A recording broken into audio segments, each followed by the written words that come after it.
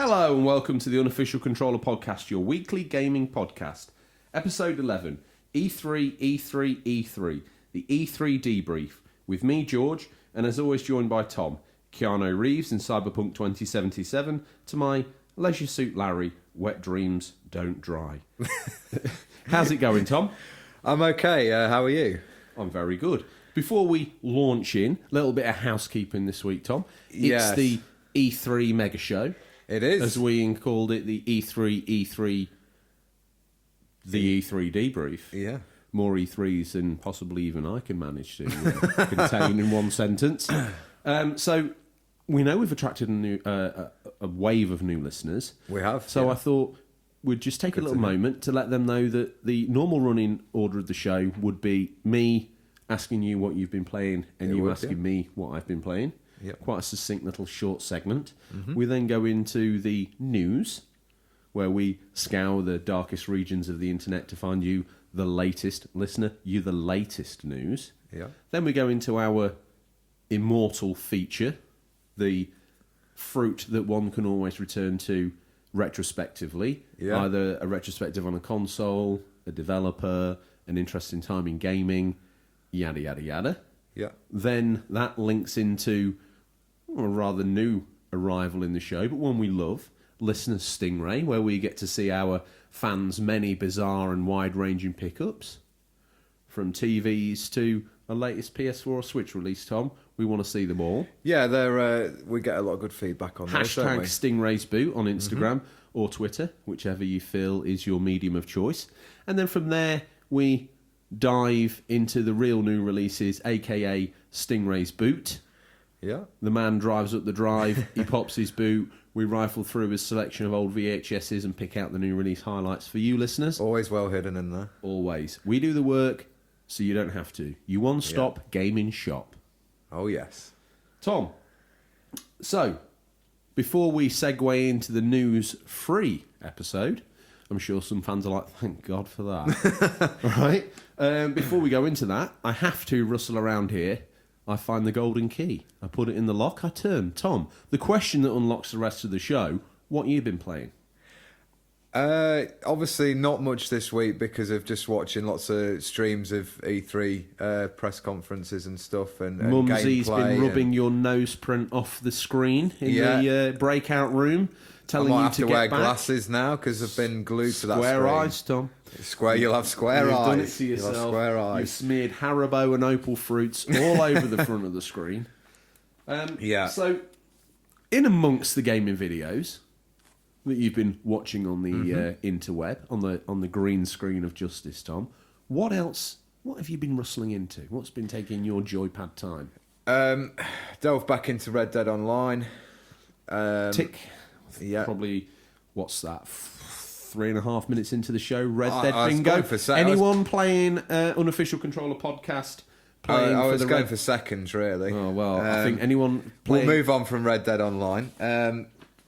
Obviously carrying on with my new game plus on God of War. I was just about to say, if we made a drinking game out of Tom mentioning Overwatch, Red Dead Redemption 2, God of War, you're already wasted with 3 minutes. And if you go back to the earlier episodes, probably Sekiro.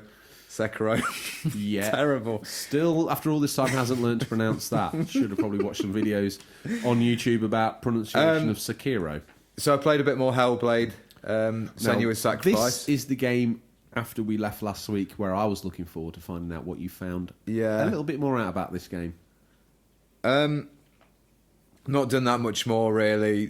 Just cracking on with the next part that I've moved into. And this is on the Switch for the new listeners. No, I got it on PS4, actually, because I got it in the sale. Treacherous.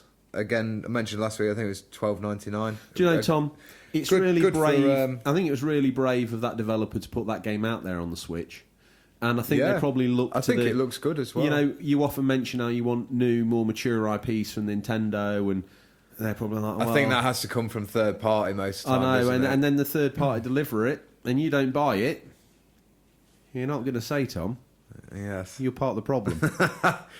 The famous quote. So, Tom, apart from being the thorn in, I believe, Ninja Theory's side, although you did buy it, but probably on the wrong platform to indicate to Nintendo that you want a mature title on their platform. Got to think of the pennies. Got to think of the pennies.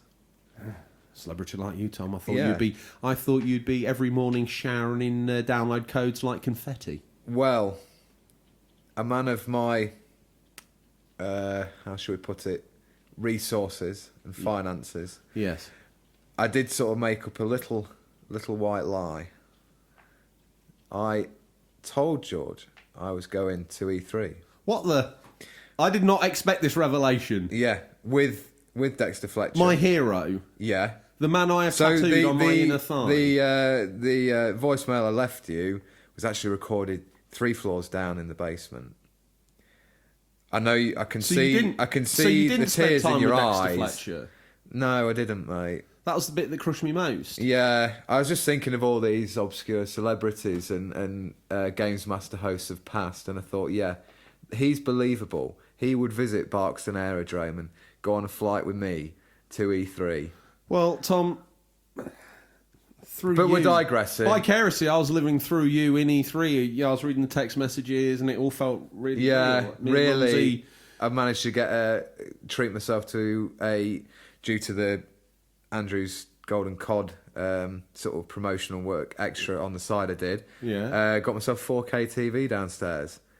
So I hooked that up and was watching all the streams. But anyway, we're digressing. We should move on. So you made a fake E3 event downstairs?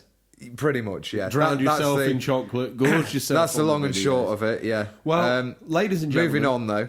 We should ask what you've been playing. Tom, I'm glad you did, because I have been burrowing around and I got myself back on the PS4 for a little while and had a go on my save on Days Gone. Now, I have to admit, this little episodic way that I'm playing this game at the moment, I'm actually quite enjoying.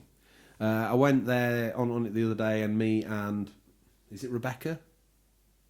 Yeah? I believe so. The lady from Iron Mike's camp. We went on a mission to check on the dam. And it played out almost like an episode of The Walking Dead. Like, not too much happened, but you learn a little bit more about the characters. There was always this constant dread of there being something in the water or around there that was going to be a menace. Well, it's funny you should mention that particular mission, because I've got a friend who's roughly at the same point. Oh, wow. But he has a different opinion on it. He sort of said it felt very, like, predictable what was going to happen. Like, of course, all of a sudden the zombies are going to come from, or the freakers are going to come from... Yeah, but the freakers didn't come, did they? They do, as you go further down into the dam. Yeah, but it was literally like a couple of like throwaway segments, gameplay segments. Yeah, to actually I don't think he's particularly enjoying the game, so that probably wasn't going to sway him. But I've done that mission and thought it did probably shed a bit more light on what was going on and made you feel like you were hopefully going to restore power to the camp and get things moving there. Yeah, and I felt like it added another layer of development to that Ricky character, which I enjoy hanging out with her. I've enjoyed the missions I've done with her, so I want more of that. That's it, Ricky, not Rebecca. And probably there we should stitch it up. I'm talking about... Yeah. I mean, you're talking about a 4-year-old game. I'm talking about a 6-month-old game. We get distracted. We do. Everyone turned up here today with their little tickets in hand, virtual tickets in hand, to queue at the virtual E3 that we're going to spread amongst them. We said that we were your one-stop gaming shop, and we're going to certainly do well to try and prove that we're, if anything, slightly above average gaming show. Tom. Yeah. E3, the E3 Debrief. This week's feature is a discussion, not only about the news from E3, but as always, we reached out to the listeners, and they reached back. So interwoven into our discussion, we bring in prominent thoughts or questions by you guys. Now, Tom, up first on the unofficial controller E3 stage, Microsoft. Oh, yeah. Now, the box is back. If they've listened to the preview show, we said this had to be pretty big, didn't we? Belter. Yeah. Before we dive in, let's give the listeners a pre-taste. Was it a belter? It was good, but not great. For me, I think listeners, they showed a lot one thing of you're stuff. going to learn very quickly. If you're listening into this show for Tom to get off the fence and join one side or the other, you're not going to do it. Okay, so whatever question I ask him about each of these different segments, he's going to give you a relatively grey answer. Yeah. That sways one way, no way or the other, unless it's Nintendo, in which case the barometer's gone full right. It's probably smashed out the side of the screen, and there's mercury pouring all over the floor. Tom, Microsoft. I'll start up on the big stage. So, where do we begin? Xbox Scarlet's confirmed as a thing, Tom. It is, yeah. The next, let's put some teeth in our mouth as usual. I've started off with minimal dental grip. I'm applying the next level. Hopefully these dentures should last me the full show. The next Xbox is coming sooner than you may have expected, but as soon as we had hoped for. Microsoft officially showcased the outline for its new baby, Project Scarlet, the long-rumoured successor to the Xbox One. The device will support 8K gaming, frame rates of 120 FPS, and ray tracing. And Tom, the big news, it's launching Q4 2020. Yeah, so a little bit more clarification that is coming like fall 2020. I think with PlayStation we just got a vague 2020. Anytime after their financial year end, so that could be from March onwards, I believe. Yes. I think they may even go head to head, sort of November time. At the moment, if they went for that now, I think that PlayStation might win it. But Microsoft, I think, have got a plan to try and curry back favour. Seems to be working. Definitely. Tom, I mean, before we wade in there with any more Microsoft stuff, we've talked off air. Obviously, me and you've been very excited. It's the WrestleMania, the Super Bowl of video games, and FA we've Cup all final. prayed at the altar. I thought you were there, literally making a personal sacrifice to the shrine of video games. But no, you were two Getting floors Phil down, Spencer's autograph, and gorged on eclairs, chocolate and cream. We know now, Tom. We know now where I was going with this before I got sidelined. I'm still very bitter about you pulling the hoodwinks down on me. You are. We've heard all this news about the Xbox Scarlet, and I don't know if it's just me, but I'm sure our listeners would agree. Something very similar about the Xbox Scarlet specs. Almost sounds to me like they copied PlayStation's homework. Yeah. AMD chip, it's the same. 8K support, same. Ray tracing support, same. The chipset, 120 FPS. same. I think they're going to be very equal machines, aren't they? Which hopefully for third party is going to make it nice and easy to port over. Are they going to rock up next year and one of them's going to be wearing Adidas and one of them's going to be wearing Adidas? Is it the same shoe but just a different name now? Is this where we're going? I think same innards, different box, isn't it, really? Wow. I think Mr. Cerny alluded to some special sauce. Quite what that means. Oh, yeah. I mean, that's probably... That's the cherry on the cake, surely. If Mark Cerny cooks up some special sauce. You think Mr. Spencer's got some special sauce lined up on his condiment drawer? I think they're going to be more reliant on the games this time of, like... Obviously, we've had this, mid-gen console upgrades with Xbox One X and PS4 Pro. Yeah, we have, yeah. But we know the X is powerfuler than the PS4 Pro. We do. I just, as a gamer myself, it doesn't... I was saying to you earlier, it's not a big enough difference for me graphically without getting my sort of tech spec glasses on to notice a difference. So I really think these two will come down to the actual games they're knocking out, which we're going to get to. Yes, now, Microsoft deployed that crack team of theirs behind the Xbox Scarlet and the Xbox One X. They've had their sort of pro technical team secretly working away in a skunk works style.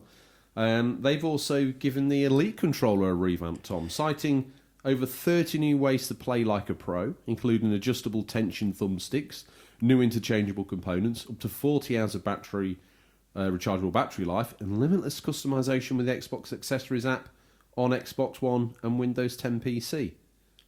Are they over-engineering the wheel there, Tom, or is that something that's much needed by the fellow gamers out there? No, this is an interesting thing for me because I owned an Elite controller. Okay, right. When I had the Xbox. Front and centre. What was more expensive, the controller or the console? Consumer advice for our listeners, Tom. You don't ever shy away from it. The controller was, I think, £99. It's quite expensive for a That is controller. very I expensive. understand for a tech in there, and I appreciate what they're doing. Is it And- worth it? I'm not going to sit on the fence on this one. Great controller, interchangeable buttons, paddles on the back. It made first-person online shooters a lot more accessible, and you did feel like you did have a little bit of an edge, like mapping reload buttons to various things so you can shoot and reload and aim, and which is a great feature. But the build quality, not good. I was not impressed. Do you I had think several friends who had the same problem. One of the bumpers just completely collapsed, so when you go like to push it in, it would stick. And I'd heard many same problems with it. The rubber grip of the controller, peeling away. Problems that don't show themselves on the vanilla controller. So when you upgrade for an extra £50... I will say about the bumper problem, it is a known problem with their controller design. Oh, okay. And you would think with an Elite controller, that's something they go, oh, hang on. Let's build that out Chernobyl core. Yeah. Yeah, good point. I mean, you'd think they would change that really for a £100 controller. Are we thinking that they might have done that now? See, with this, I was watching the conference and thinking, oh, are they going to touch on some of the problems they had with the other one? But it was more about, oh, look what's new, rather than like, have you actually fixed the problems it had? Come on, Tom. This is the sales world. Don't look at that broken yeah. thing over there. Look at this thing with neons and bright new plastic on it. If it comes out and there's some good feedback about it, and I had an Xbox and they were saying to fix those problems, I'd definitely be interested in getting one. It is expensive, but you do feel... I remember getting it and opening it and think, this feels like quality. It felt real high end. It felt like it was worth the money, but did you obviously feel like I you were, had my pants pulled down. Did you feel like you were the James Bond? Q branch had sent down a box. You flicked it open. Absolutely. Sat there in this pristine. Looked at all the buttons and thought, "Wow, I can change those." Yeah. But it was nothing like you expected it to be. It was. I don't want to slate it too much because it. As he crawls back on the fence, yeah. He's pulling those splinters out and putting them back in the fence. He doesn't want to take any of it with him. Good controller, just improve that build quality. Okay, hopefully they're looking to do that with a new Elite I think controller. can I just say as well, I think we forget how much we're actually using them when we're playing, and how much like they are getting used for 3 or 4 hours at a time, maybe longer for people who play a lot of online games, and they're getting a lot hammer. Mumsy mentioned to me last time you lost at Roblox, you did throw the controller down in a strop, and she told me that she's not going to buy you another one if it breaks. Really? So you need to control that temper down. Just bring it down. More supermarket openings maybe needed them. I think less, Tom. Less, okay. Quite frankly, I said last week, you're railroading this show into your own celebrity vehicle. It needs to stop. Okay. I hear you. We live in a bunker. We don't want much. We just want to reach as many people as we can through the medium of the podcast. And if this is an unofficial controller drinking game, I said medium. Down in one. So moving on. A new acquisition, Tom. Yeah. The industry shining iconic indie studios, Tim Schafer's Double Fine, the team behind games like Psychonauts, has been snapped up by the seemingly unicorn, like all-consuming Microsoft game studios. And with that, we're officially no longer independent, though forever indie in spirit, cheered Double Fine's Greg Rice. He came on. He was a pleasure to see, wasn't he? Yeah. Did you hear him saying now we would take on Excel spreadsheets and Forza and all that, no problems, if you need us to have a look at it. That was an interesting little segment by the guy, wasn't it? Yeah. A little bit of a sneak at the new Psychonauts game. Yeah. Interesting stuff. That's good. Another one that... one of my friends found really interesting was Microsoft Flight Simulator. Tom, oh my goodness! The only thing I would say that's up your street as well. Yeah, the only thing I need to double down on, and the green screen's not be able to give me an answer, though I think it gave me an answer, but I didn't want to believe that was the answer. It's not coming to Xbox console; it's just coming to PC. It was labelled Xbox, but I don't want to poo-poo on it. Tom, tell us about that game. From light planes to wide-body jets, fly highly detailed and stunning aircraft in an incredibly realistic world. Create your flight plan and fly anywhere on the planet. Enjoy flying day or night and face realistic, challenging weather conditions. So, one for the flight sim fans out there. I'm sure they'll be excited to get the latest inclination of that. Yeah. Then we cut to Gears 5. It's cutting its way to release on September 10th. That looked quite interesting. They showed a new escape mode where you and 3 friends online look like you sort of have to plan a bit of an escape for the cog soldiers. I don't know whether it's going to roll reverse and you can play it as the bad guys as well. But yeah, it graphically looks really impressive. Should we make this a prominent time to bring in, Tom, this week, the amount of feedback that we've had? I know, we are snowed under. If with they this could paperwork. see, if we had a video for this podcast, they'd see me now fighting under a couple of bales of A4. I'm just trying to find the prominent interjection from a new listener. We've had quite a lot of new people reach out to us. Been absolutely overwhelmed, pleasantly overwhelmed by the amount of information coming in. So, new listener, Boba La Boba. I've probably said that wrong. Infamous for mispronunciations of people's tags on... He'll get it right, as he learnt with Sensei Rios with the Dragon Punch he received. Boba Loba. I'm going to go with that. I'm going all in. Boba Loba. Oh man, where to start? I'm an Xbox fan primarily, so their show was a lot of fun. Can't wait for Gears 5, and the potential of xCloud is exciting. Respawn's Star Wars game looks great, even in alpha stage. Keanu Reeves, he shouts. Bethesda's show was good, as always. Got me itching to play Doom and Fallout again. That's all I can think of. I'm still absorbing some of the announcements. So, Boba Loba, over on Instagram. He was catching some of the coverage on Mixer as he was typing that message out. So, yeah, good to hear from you. Very much so. And I think this might also be a pretty good moment to wheel in the immortal Finstergamer. What's he got to say? He's our resident Xbox fan, although... He is. And in fact, Boba Loba meet Finstergamer. Finstergamer meet Boba Loba. They've both got Xbox. Tom, makes sense that they exchange gamer tags and become part of the unofficial controller Do online you reckon Xbox. his name might be Bob Aloba? Well, it's a PG podcast, Tom. I don't think that would ever be appropriate. It's Boba Loba. All right. So, We'll go with Finstergamer. Feel in general, I haven't learned anything new from this E3. I wasn't made aware of last E3. Hopefully there'll be more on the Avengers game at the Square Enix show, but otherwise a bit of a limp sausage all round. And he says the fact that Sony wasn't there, it shows that the state of it was more beneficial to Sony for them not to be there than actually being there. It was one of those moments where not showing something actually ended up becoming a win. Tom, in this ever-exchanging words of Xbox and PlayStation, so Microsoft weaponised the Fortnite crossplay message, and it seems that Sony weaponised E3 by not being there. There's a little bit of... We'll get into this as we go, but there's been a little bit of feeling of deflation, really, amongst the gaming community that we can find. Lots of nice announcements, Tom, but as we'll get further into with the listener letters, a big amount of CGI that we've seen so far. Yeah, there was a lot of cinematic trailers, wasn't there? Not much actual, here's the gameplay, here's someone playing the game. Exactly. And that's I think's not really much far away from all we want as gamers, is it? No. It did feel as well like it's the 2020 show as well. There's so much like, oh, that's coming out in 2020. And like you look at this fall, like winter lineup, Yeah. we haven't got that much. No. November looks a bit crowded as usual, but Yeah, for sure. there's no Red Dead Redemption, is there? Or sort of you've got your yearly sort of Call of Duty update, which will probably sell really well, and FIFA and so forth.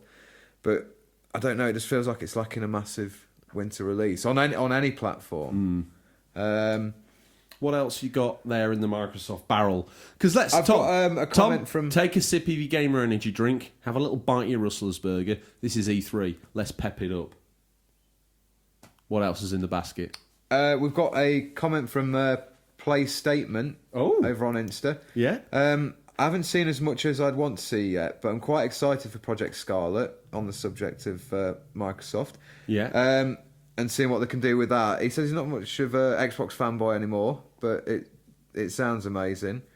And stated, can't wait for Doom Eternal and Watch Dogs 3 so far, and Halo Infinite and the new Gears of War, and that game by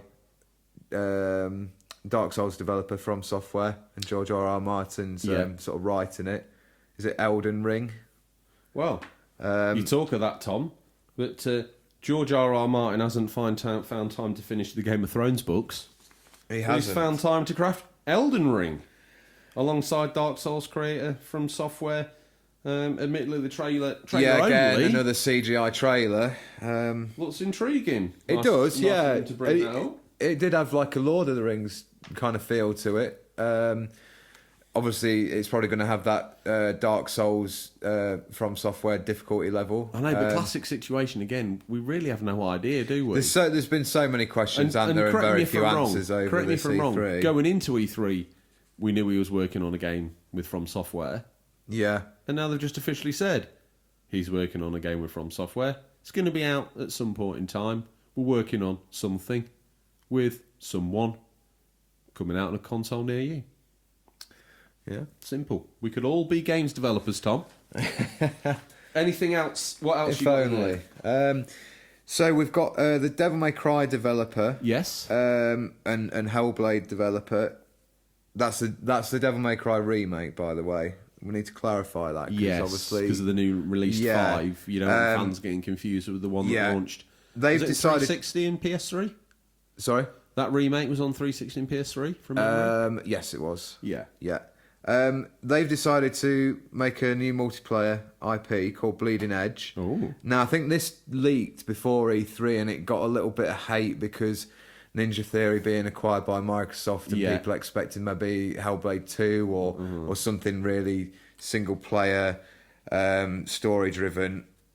It seems to be a melee focused 4 versus 4 multiplayer game. It's coming June 27th. Now, obviously, I think that's like a beta of it as well. Unofficial isn't it? controller drinking game, Tom. I'm going to have to. Well, if I say it, they don't have to down their drink. So I'm going to mention it. It seems a little bit like Overwatch.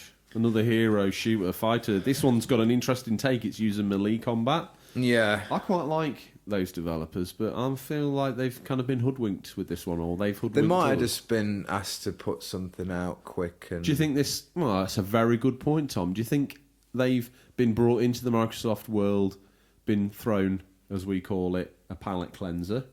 Yeah. Well, they did say in the something conference. else? They did say in the conference they've been working on the idea of this for a long time. Oh. Which is kind of nice in a way that Microsoft haven't come in and gone, right, we're the bigger boys, you listen to us, scrap that idea and do away with it. It's nice they've gone, okay, we'll finish it off. Let's see what we can do with it, and that's good. It shows they're not squashing ideas. So that's Which something is good what to we come didn't out want, of that. is it? Because obviously, what with the We next discussed this installment before, of Gears haven't and we? Halo, About we want a new IP. Yeah. I just didn't think that I wanted this IP. No, but again, I was watching the stream, and you just listen to some of these chats. It's just, I don't know whether people are trolling or people are just horrible, but Probably both. people are just negative about everything. Here's a new IP. Oh, we didn't want a new IP. I want a sequel. Here's a sequel. Oh, I wanted a new IP. It's like, come on. Okay. Well, Tom, keeping Don't it wanna hate, positive, but haters going to hate, aren't they? Jesus stepped onto the Microsoft stage, a.k.a. Keanu Here he Reeves. is, John Wick himself. He is. As a side note, have you heard about the Keanu Reeves Fortnite controversy?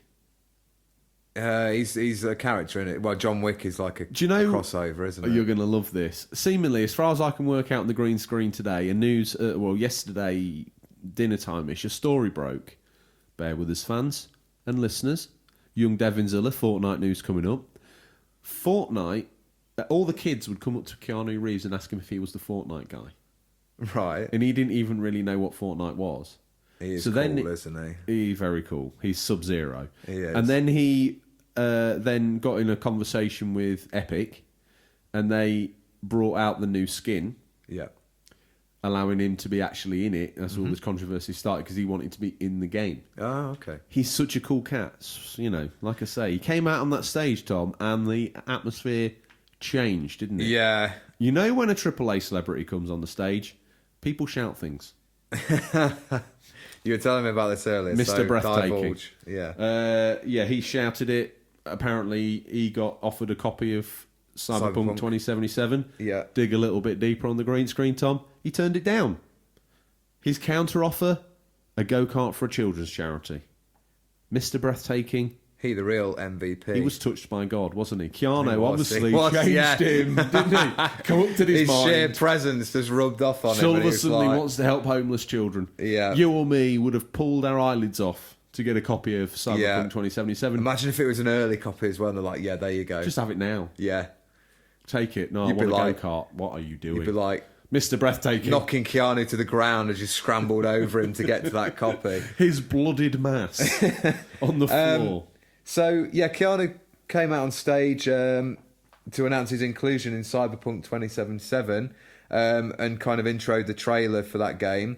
They showed some awesome looking gameplay and sort of like game trailer movie. Yeah, type footage. I felt like that was And- in-game engine. I'll just chuck the release date out there, April 16th, 2020.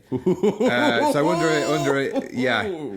I think for me and you, this is probably the big one, isn't it? Yeah. The game we're most hyped for, because we always kind of wanted that Blade Runner-esque futuristic setting in a game that's fully fleshed out. I'm not going to say too much about it. I've not even watched that much about it either.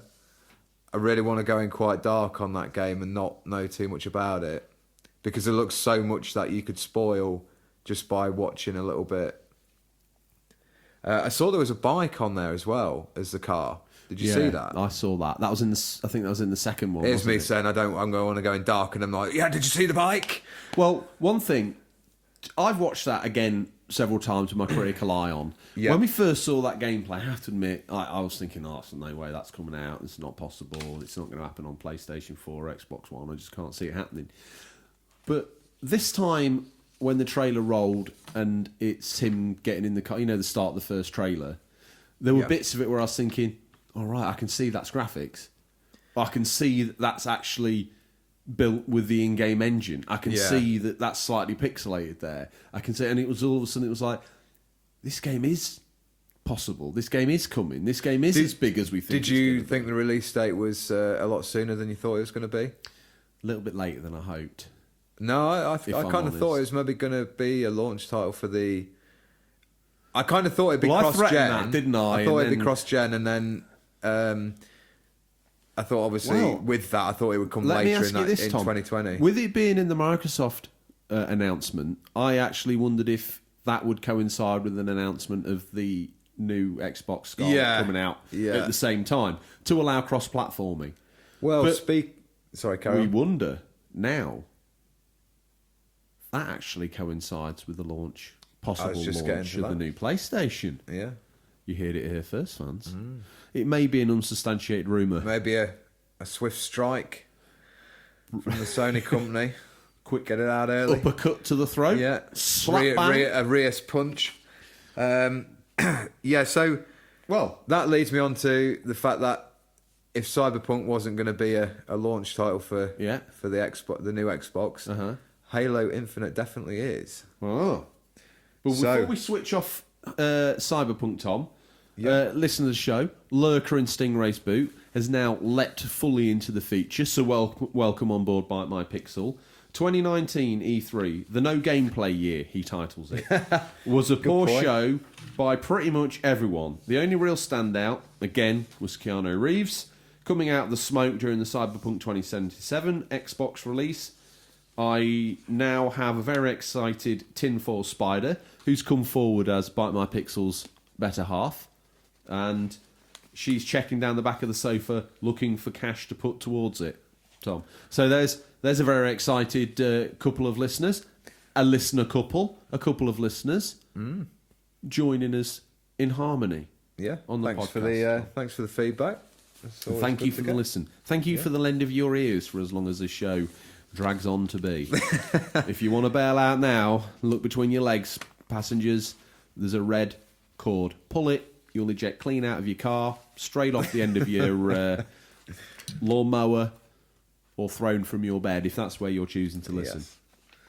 Yes. Well, we also have Ozcat TV, Tom. He's got a little bit of a conversation that he wants to mention about Cyberpunk. Would you like to hear that? Yeah. Several big reveals, like Cyberpunk 27 with Keanu Reeves and Banjo-Kazooie showing up in Smash. I do think Square Enix didn't do that well, since 85% of their new stuff was just different fantasy titles, which is a shame. Honestly, I think Limited Run Games did better. Their makeshift showing was so retro that it worked like a Tim and Eric skit. Now we need to go back and check that out. And I've also got what you got there, Tom? Road to a Thinner Me on Insta. New listener over on Insta. Yeah, very integral part of the community there. Not the best E3 I've seen over the years. Microsoft could have done better. We've talked about as this. we've been discussing just and now. we will finalise on that. Doom Eternal getting a release date for this year was a surprise, and I can't wait to play it. Cool. Okay. Well, thank you, Road to Thin at Me. Yeah. It's good to interact with you out there in the world of the community, and welcome aboard. Tom, one thing we did get to have a look at was a little bit of a look in at Outer Worlds from Obsidian. Yeah, you and I are good. big fans of Obsidian, and this one's shaping up like an absolute belter. Showcasing gameplay elements and a really solid-looking world. The game is launching October 25th, Xbox One, PS4, and PC. Yeah. It definitely looked like it had benefited from a bit more time from the last time we'd seen it. Yes. It definitely looked more solid, and graphically, I just thought it looked way more improved. I don't know, it was just me. Everything felt more solid this time round. It might just be me, but we saw more length of shot in the gameplay. We saw more sort of depth of field, as in the draw distance. We could see things. I'm intrigued to see how the interplanetary stuff works out. Yeah. Because that's either going to be a loading screen off the planet and a loading screen into another one. Hopefully not. Or you're flying in between planets within a system, which is acceptable, but obviously it's not going to be as expansive as No Man's Sky, obviously, which would be a little bit of a stretch, I think. Yeah, definitely. What else you got in the Microsoft goodie bag, Tom? So one for some of the younger listeners, because I know Minecraft's a big deal. We've mentioned Fortnite. We might as well go for the trifecta, Tom. What Microsoft last year, news have you Microsoft got? announced a surprise spin-off for Minecraft with the dungeon crawling action RPG Minecraft Dungeons. I actually liked the look of this when I saw it. I thought it was really cool. It's coming on Switch as well, and probably PlayStation. Don't let the bigger boys see, but Mummy won't let you have the Diablo, so you can go have your Minecraft dungeons. Not only did we get a new trailer showing off the gameplay and the isometric stylings, we also learned it'll be launching in spring 2020. Spring 2020 is looking chocker. I mean, we're going to get to some other stuff from other developers, but like, what is going on there? To be honest, there's you more. might be right with that PlayStation launch, you know. Well, November and you heard it here aforementioned first. spring both look like an entry to. Both read like Royal Rumble, Tom. So many entrants. I can't imagine they're all going to survive that. I think we're going to see delays and pushes, and maybe the very rare pull forward for some titles. And surprising with this, we've had E3. I think that the companies, some of these companies, we know for sure, have still got stuff hidden away. Yeah. They're not sharing. I do, I feel like with Microsoft not seeing really a new IP, I think that's what a lot of people were expecting. Me too. I know it's only been a year since they've acquired a lot of these We got that little look at that, was it 12? That thriller? Yeah. I mean, that intrigued me, but it was all very oblique. We didn't learn much, did we? I mean, No. It's a shame. Again, I think it was a good conference for them, but not... Well, they're not done yet, Not Tom. amazing. Couple more surprises left in the fun cannon. And I'm very excited about this one. I thought you would be. Pull up a chair. The loyal listeners already know what I'm going to say. But Sega's Phantasy Star Online 2 is coming to Xbox One sometime next year as a free-to-play experience. Very light on details, as the listeners have pointed out, this, Tom, but it's coming. Much like the apocalypse, at some point in time it's going to arrive. Hopefully, unlike the apocalypse, Phantasy Star Online offers us a few minutes of enjoyment, at least. Tom looks fired up and ready for this next bit of news. He's a little bit nervous, guys. A new Blair Witch game was announced. They had Tom running behind Mumsy in the sofa, clutching his Jar Jar plush and his tippy cup. Now, not too much apart from some really frantic in-game scenes there, I Tom. thought it was a Resident Evil to start I with. honestly did. The way the screen was, the way it was, I thought it was going to be a Resident Evil 7 DLC or spin-off, or maybe even a new version. But no, it was the Blair Witch game. Those flash cuts, those scenes, Tom, look pretty terrifying. Again, we don't know the gameplay loop, and especially since it's coming August 30th. We better find out some more about that pretty soon. But that's a pretty hot-looking IP coming in for Microsoft, don't you think? Yeah, it's a big name, isn't it? Yeah. Like within that sort of horror Tom's just genre. so fat-gorged this week. He just doesn't know where to look next. He's like... One thing I want to mention from the Microsoft thing is Ori and the Will o' the Wisps. That was a cool-looking game. Yeah, so I played the first one, Ori and the Blind Forest. Really cool, like, I suppose, Metroidvania platform-esque game. Yeah. So, yeah, really enjoyed the first one. Obviously, I'm not going to get to play this next one, but I did hear a rumour it might come to Switch through their new sort of bizarre relationship Microsoft and Nintendo have got going on. Yeah. We don't know where that might lead next, but it'd be cool if I did get to play it. But yeah, looked very impressive with some real nice sort of 2D but 3D I mean, graphics going on. That Ori game, it gave me visions of a combination between Trine and... I don't know, another game very similar to that, like Puppeteer or Trine, or something where you kind of dragged on from left to right and it's a bit of a physics-based puzzle platformer. Yeah, I'd probably compare it a little bit to Hollow Knight as well. Okay. Another great indie title. But yeah, I just sort of chuck that in there. Well, Tom, we need to, not that long ago, and you want to, if the fans want to go back in time and have a look at our Xbox exclusives episode that we did. We did miss one, didn't we? We did. Missing from our Xbox exclusive episode, but not from E3, Tom. Microsoft didn't forget it. Classic beat-em-up Battletoads. Still no dates for the titular 2D brawler, but it's looking pretty cool. Yeah, very different art style, but yeah, it looked interesting. Now, Tom's stealing himself away. He's been kerfuffling around in the background. He's pulled on his Mario onesie. It's time to spin 180, Tom. Take a little detour down Japanese Road. Nintendo. Deep breath. They weren't meant to be there, but for someone who wasn't really showing anything there, Tom, I think they embarrassed everybody in the showers this E3. They definitely did. I mean, it was theirs for the taking, wasn't it? After everyone had shown their cards and they were like, oh, this is going to be easy.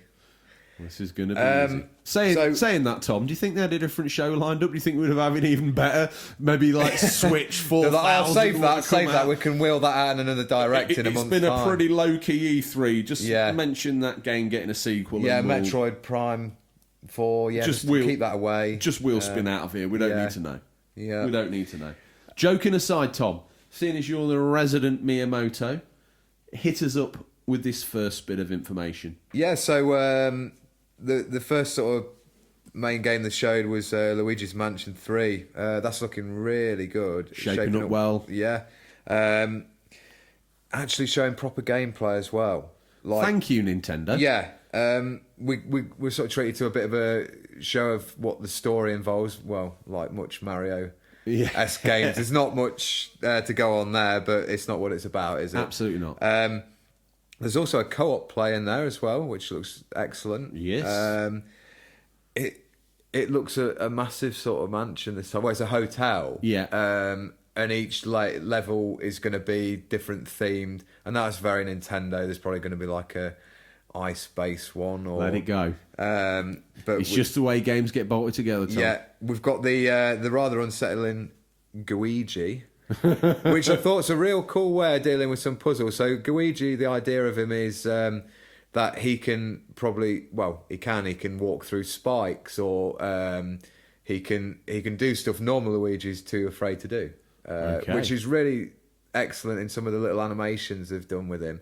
I was especially shocked to see Guiji disappear down a drain after the water got hold of him, and obviously that's going to be part of the game to avoid the water area with Luigi. Very cool though. Yeah, I thought that it's going to add another layer of puzzle solving to that. So the only thing we didn't get with Luigi's Mansion 3 was a launch date. We know it's coming 2019. Yes. And I think with the Animal Crossing delay till March 2020, I'd say that might even... I thought it was going to be Halloween for obvious reasons. Yeah. But I think that might be their sort of big winter game along with Pokemon. That Animal Crossing actually looks... I know it's been delayed, so we won't labour on it here. Yeah. But that Desert Island theme looked quite cool, didn't it? Or not Desert Island, but the island theme. I played the one on the 3DS, Yeah. and I was thinking, what is all this about? Like, I looked at the box art, I was like, why do people hype this up? I got really into it. I think it's quite good, actually. But I think definitely with that starting from scratch feel almost like a survival element. Yeah, with the crafting. With crafting, obviously a big thing in games now. You can't have a game without crafting now, Tom. You know that. Or Battle Royale. Looks a real clean, crisp art style as well. You can tell it's just that little bit better than the 3DS versions and HD. And I quite like the way I haven't played one since the GameCube, but I did quite like the way the world rotated as you walked. Yeah, that's been a thing in the 3DS one as well. Another cool thing was if you're in the northern or southern hemisphere, and it takes into consideration like the seasons you would have for where you live. So, wow. Say you're in Australia, it would still be warm. Is this game got in Australia? Sorry? Has this game got in Australia? It's to do with like the real life. It obviously reads where you are, or you maybe have to type it in at the start, your like local so localization you say, sort of thing. My name's Tom. I'm a UK gamer. And you put in, it's something you would like from MSR is it deals with the real world clock as well. Yeah. All sort of comes together to say, like, let's say it's winter in the UK, there's going to be snow on the map, and I think you'd like it if you gave it a little try. Hang on a minute though. Are you telling me that you tell a game that it's winter, and it puts snow in it? That's not really that revolutionary, is it? When you first sold it to me, like the Emperor's New Clothes, Tom, I was like following you. I was like, oh wow, this is brilliant. Like the Pied Piper of Hamlet. You played me in tune, and I got whiffed along. You mentioned MSR, and you just know all the right words to draw me along. But I could make an like Excel the Magician's spreadsheet. Secret TV show. I could make an Excel spreadsheet that went white in Christmas. Okay. You'd still enjoy it though. I would. Should give it a try. Don't trump that up to me. Seasonal. Metropolis Street Racing. Dust off my VMU. Moving on, we've got the mech fighter Daemon Ex Machina. It debuted at last year's E3. I played a demo of it. I didn't overly like it a lot. Just for the listeners, break it down. What is it?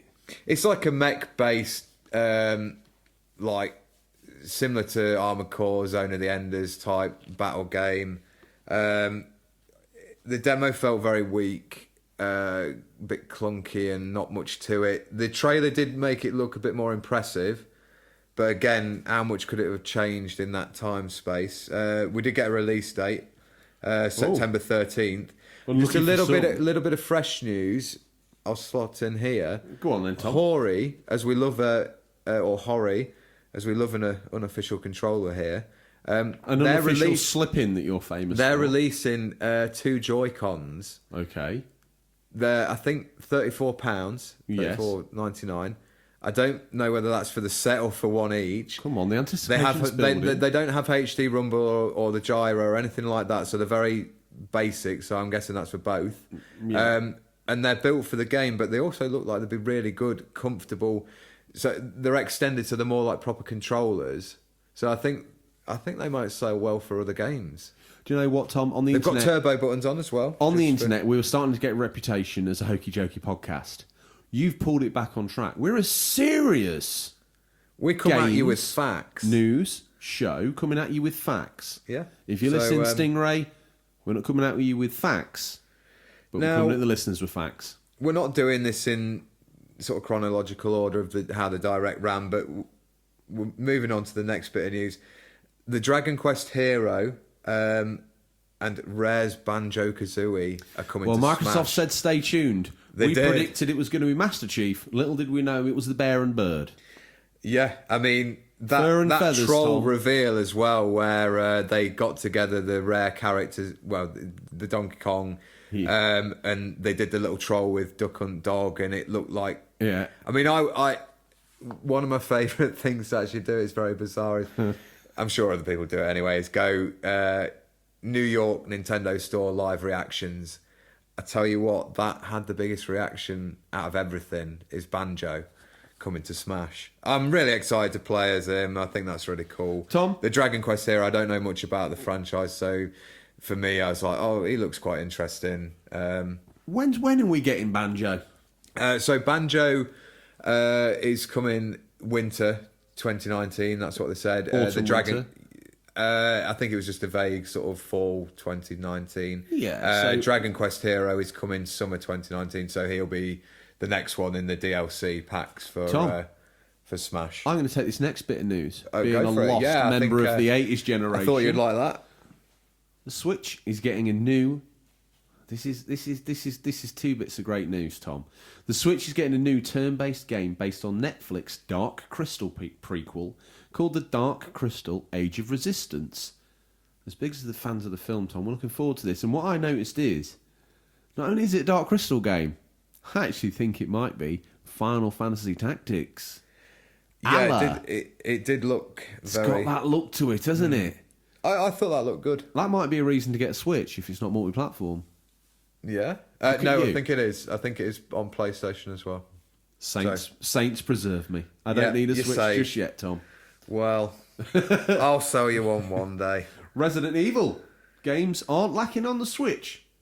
Two of the less favourable games, though, going to be made available on the Switch. Both Resident Evil 5 and 6 will be launching this autumn, Tom. Surely around Halloween. There was a good little Makes sense. There was a good little video, but it was kind of disappointing in the same way. The direct led into two young people like trying to break into a mansion or get into an old looking country house. Yeah. I thought, surely this is Resident Evil 7 on the Switch. They sat down, they were playing Resident Evil 1, and then I was like, oh yeah, maybe do like 1 and then 7 is coming now. It didn't. It did 5 and 6. I played them both. I quite enjoyed them both, but I won't be getting them again. I thought 5 was okay. I've not had the opportunity yet to play 6. 6 isn't very well loved. I but picked I it don't up for think it's that 50p, bad. so it's on my shelf. Okay. So I'll probably One will for the get collection round. or one for the pit. Who knows? Well, I no need to more play it. Heroes 3. That kind of came out of nowhere. The game looks as overblown and crazy as you'd imagine. Jump into the shoes of that Travis touchdown again. Yeah, Tom. in 2020. Wow. I think that's got its little niche audience, definitely. I've played them both on the Wii. They were good. Is that the Enjoyed one it. where you use... It's like got a fluorescent tube instead yeah, of it's a almost like a lightsaber. lightsaber. Yeah, and he rides a bike around. It's cool. Yeah. From the creators of like Killer 7. Yeah, we talked about them actually. We talked about Grasshopper. that game, didn't we? Yeah, I can't remember Yeah, what episode that was in, but- the Travis Strikes Again sort of spin-off. We talked about that in a previous show. We did.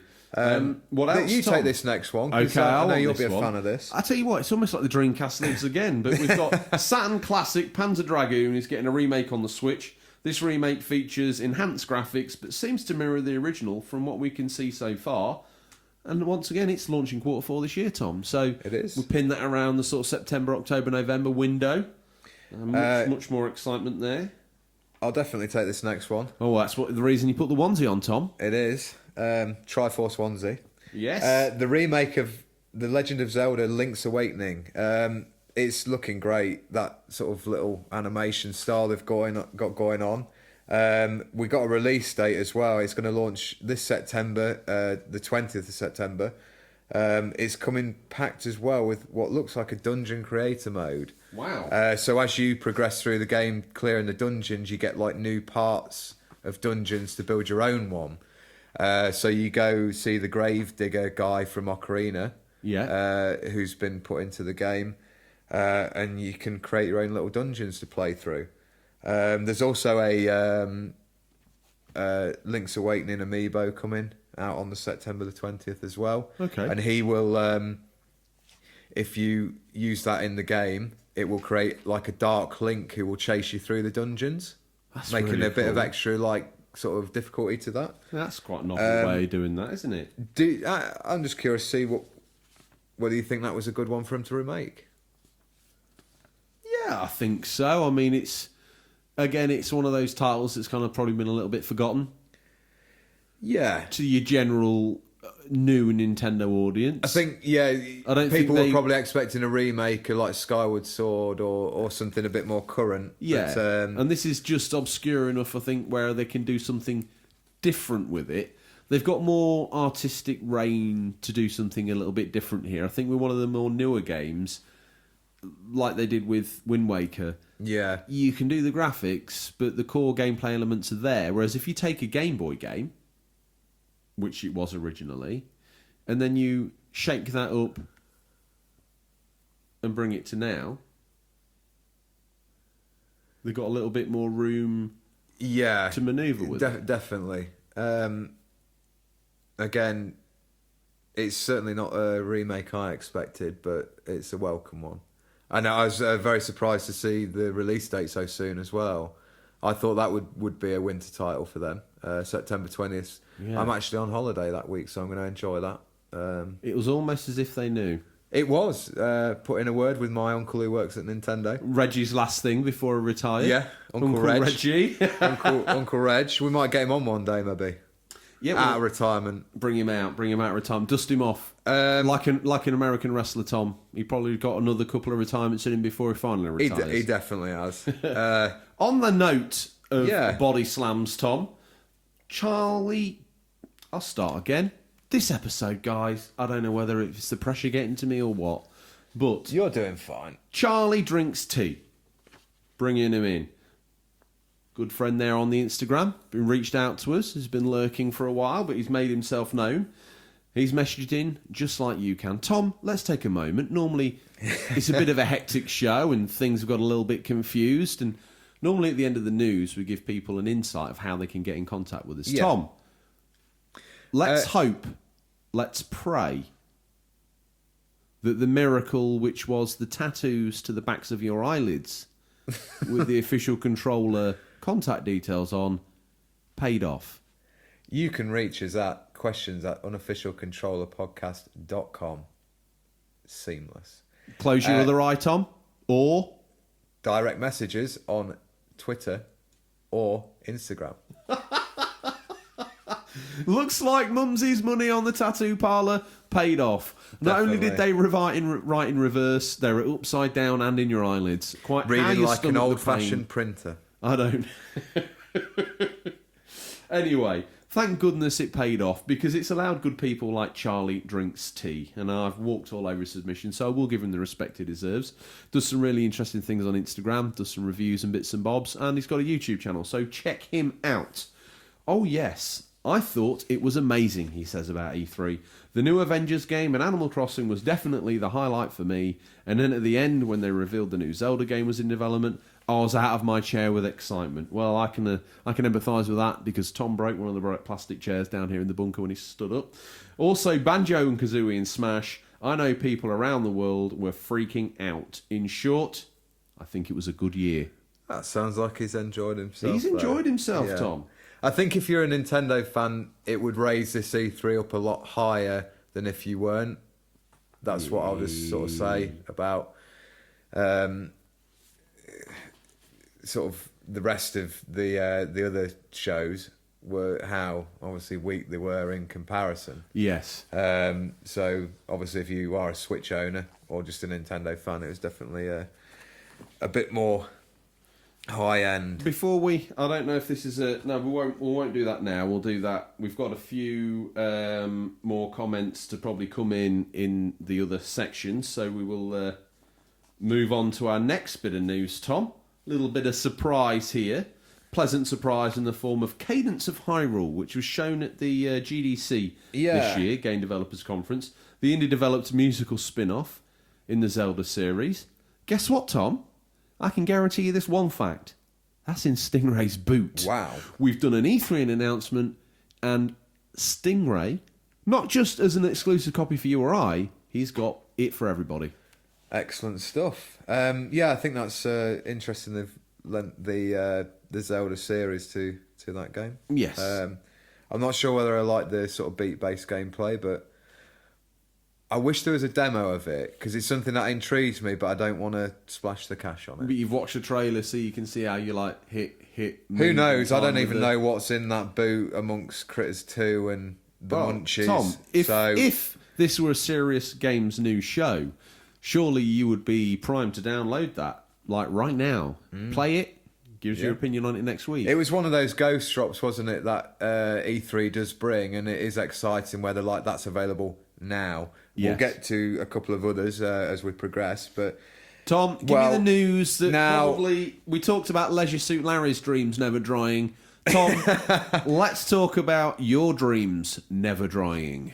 Yeah, this... wow. Go on then.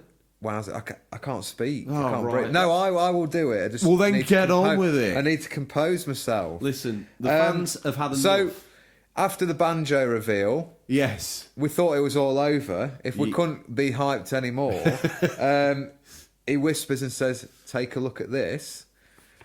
And what do we get? A Breath of the Wild sequel. It's exactly what we got. And not only that, we got an actual trailer. I did not expect that. Just unbelievable. I never thought I'd see that for another couple of years. Give us some facts, Tom. Not much is known about it. It's being teased as a full sequel to the smash it. Well, it's in my top 10 games of all time. It is, to me, the best Zelda game. If it ends up being the Majora's Mask, a la, Well, they've said in the sort of treehouse, Nintendo is treehouse. Majora's Mask big enough an adventure as his 64 brother Ocarina of Time to classify as a full sequel? If this gets the Majora's Mask treatment, would you call it a full sequel? A strong word in that, Tom. I just wanted to, as a Ninty fan that you are, I just wanted to double down on that and find out what you thought. Yeah, I don't think it's ever going to be called like Breath of the Wild 2 by any means, but I think it's certainly... Like, I don't want to come down to a raging party and turn the music down and take the beer away. I don't want to do that, but I want the hype to continue. I just want you to put me and some of the other non-Nintendo listeners, take me on a journey. Where are we going with this? Well, it's really got a dark tone, hasn't it? And are we going to see another, an underworld that we've seen many times in Zelda games, it's like a parallel world of the one above? I think that would be quite cool. When you talk about Nintendo, you want a few weeks in a row, we've both said, we want Nintendo to do adult IPs. What if they don't do adult? Like maybe 18 rated's too much for them. Yeah. But what about a 15? Well, they've come out and said it's going to be darker in tone to Majora's Mask. And that's the darkest Zelda they've done, really. Yeah.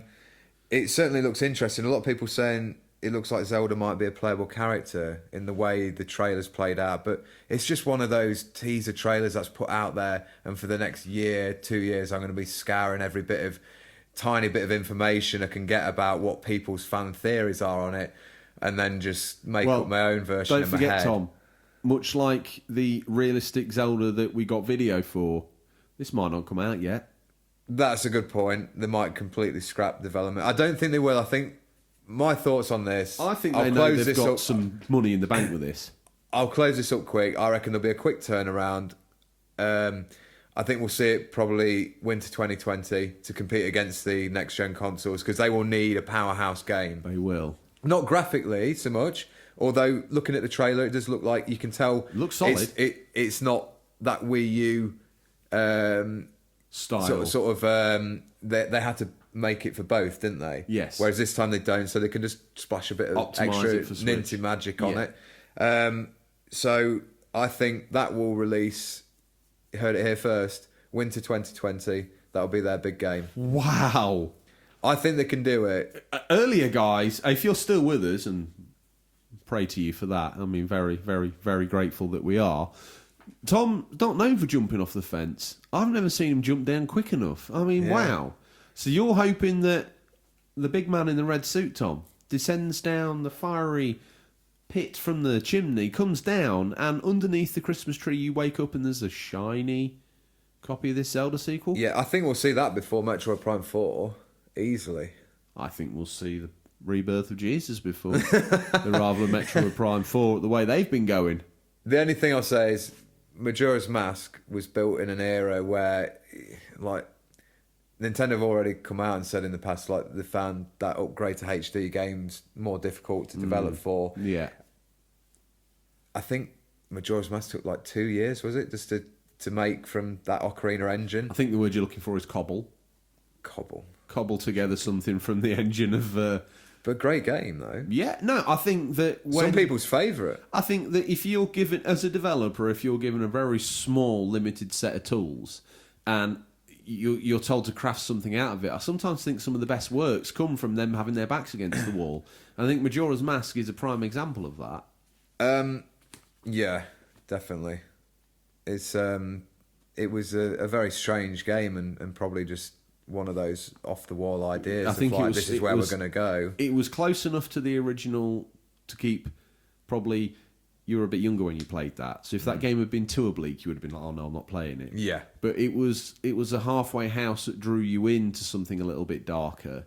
Yeah. It was a little bit more contained and driven.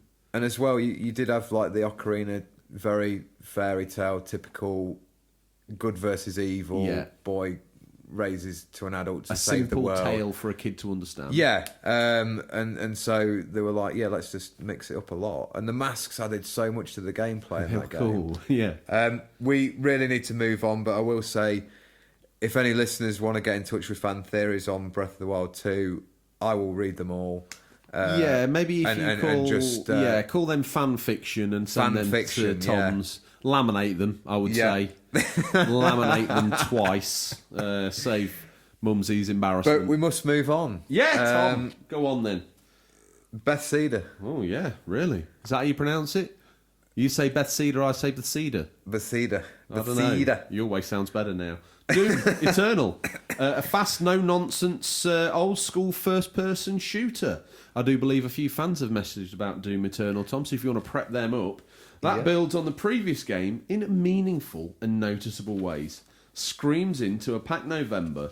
That November, Tom, is looking outrageous. It is. It almost looks a little bit too full. You've got Death Stranding in there, obviously, from PlayStation. Yeah. Star Wars Jedi Fallen Order. Yeah. Doom. Yeah. I'm sure there's several others in there. I tell you what, listeners, he's good, isn't he?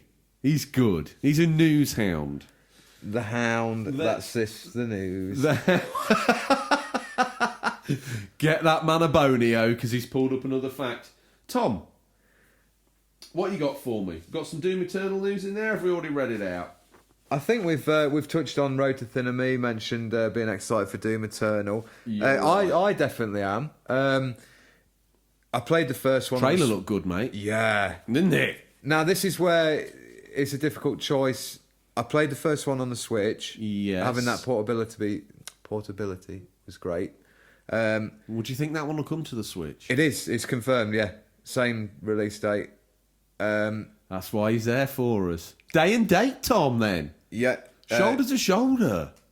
Yeah, impressive. That is I think, I don't know, we might see a little usual couple of months slip for the Switch release, but I think I'm going to get it on PlayStation because it looks so awesome, graphically. I want to play it.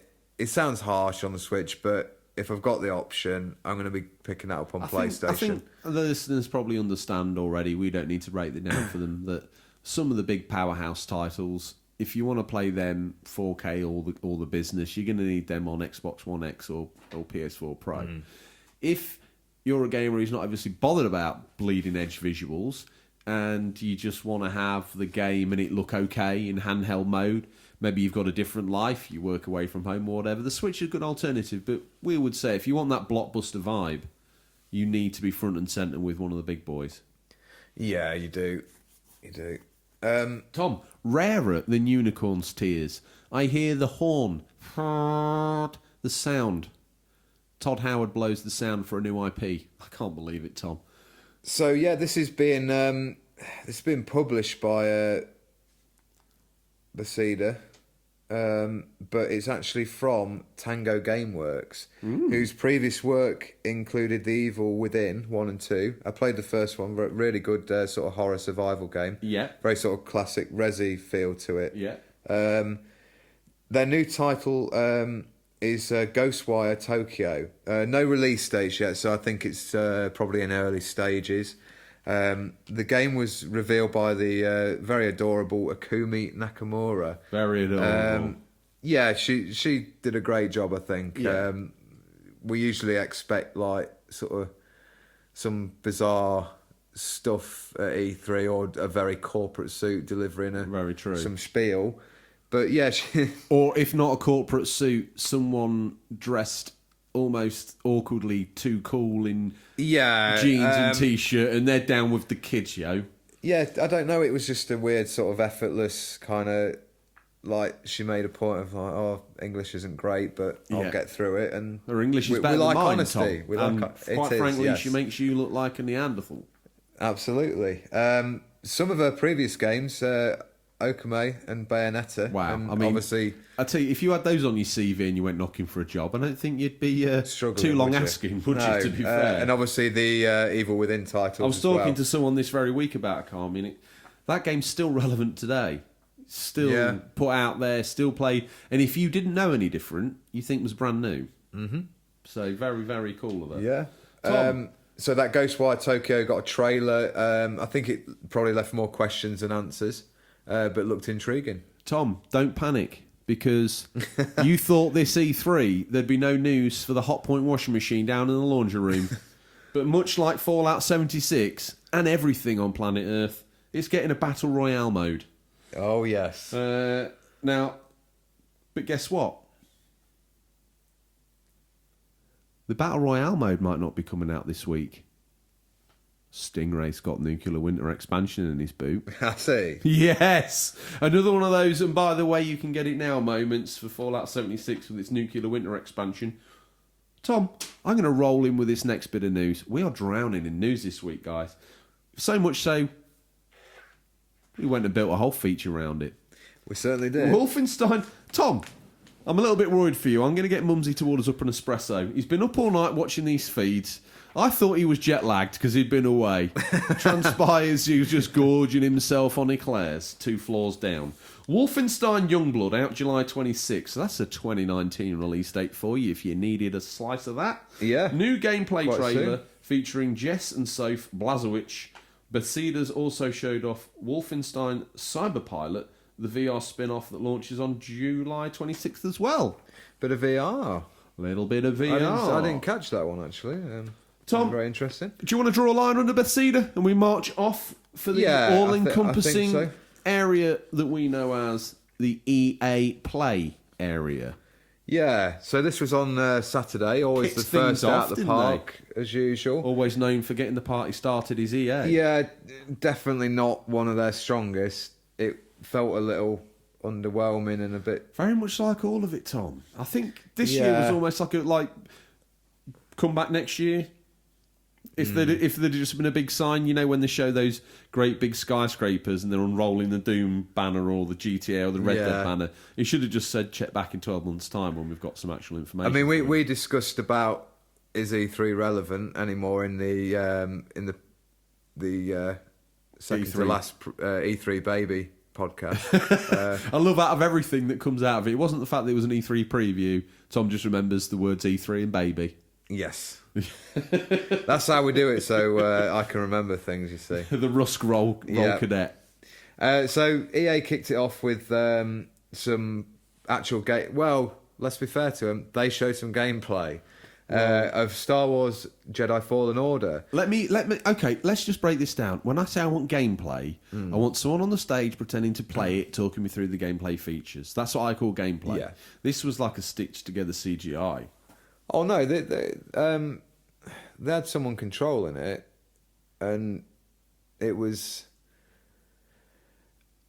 obviously. I know what you're saying. It's probably a bit scripted. Like they're not going to go and just start trying to get through a level and then realise they've probably not got the skills to do it. That's true. I should calm myself down. Take a slug of milk. I feel like you don't want to like this game. This Star Wars game. Yeah. Tell me. I wanted to like it. To me, it feels like it was. They've had loads of Star Wars games. Amy Hennig had a Star Wars game in development. It got canned. Then last year, this was kind of almost awkwardly announced that, oh, yeah, we've got a Star Wars game coming out. And then it almost looks to me like they went over to the cabinet, the Star Wars Battlefield cabinet, opened it up and was like, oh, we've got some Stormtroopers in here. Oh, yeah, right, what else you got? Oh, Saw Gerrera from Rogue One. Oh, bring him in. What else we got? We've got these Stormtroopers that we've already made. Oh, great. Anything else? So we've got everything you can imagine in Star Wars. AT-AT, ATST. We've got a base on lava. We can have this coming in. We can have that coming in. It just felt... Something about it feels rushed. I don't know what it is.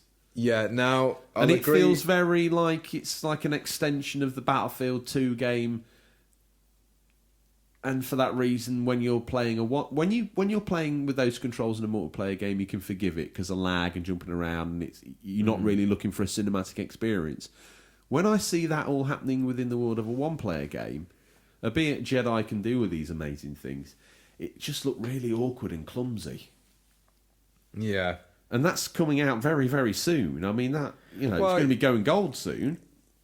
Yeah, it's got probably is it just under 6 months? Maybe they can fine-tune it in time. Respawn are a good developer. I know they are. And again... But I think, again, like we discussed with the Microsoft ones, like some of their new studios that we've got hold of, Respawn have probably been a bit shoehorned into, can you do something quickly with the Star Wars license?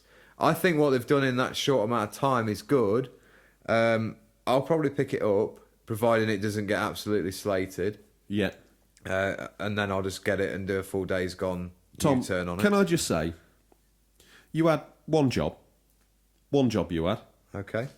I look down at my discarded notes, and I see that I don't think you mentioned the fact that Retro Gamer Island was fired up, and he's a new listener as well. I feel bad now. You should feel bad. What makes a bad podcast host, eh?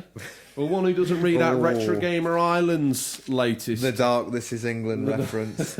And he says Banjo-Kazooie are in Smash Brothers. There's a Mana series coming and a sequel to Breath of the Wild. Retro Gamer Island there with more information than you've got, Mr. Nintendo. Yes. Quick, before the embarrassment and the crimson in our cheeks builds to a level where they might explode...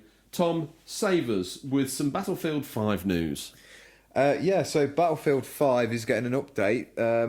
It's getting a new Pacific War theatre. This looks pretty cool. Yeah, so we're fans of that, aren't we? Obviously, the thing is, we quite enjoy Call of Duty World at War in that setting, like the Japanese theatre at war. My only problem with this theatre is it's never been done right in a video game before. I didn't think World at War was that bad. Well, there's times, I think, when they tend to do the Pacific Theatre where things just get a little bit too crazy. Yeah. I hope this is a more... They've got the history for doing it, so I hope this is a little bit more grounded. I don't want to be shooting at people and elephants and stuff, you know? Yeah. Fair point. We've got a new character coming to Apex Legends. Your number one gaming news show for Battle Royale games, Tom. Give me the Apex Legends news. Called Watson, joining the roster in the Season 2 Battle Pass. Sounds exciting. Yeah. And all the sports franchises renewed. As I predicted in the E3 preview, I told you guys, I absolutely swore You are a down. psychic, I don't know how you did Listen, this. Tom, when people want hot tips on the news, and they want a hot take on the industry, they don't come to me. They've probably Googled someone far superior to me. But anyway, I predicted that Madden, NHL, FIFA, all the sports franchises would get renewed and reinvigorated for another year out there. And Tom, I wasn't wrong.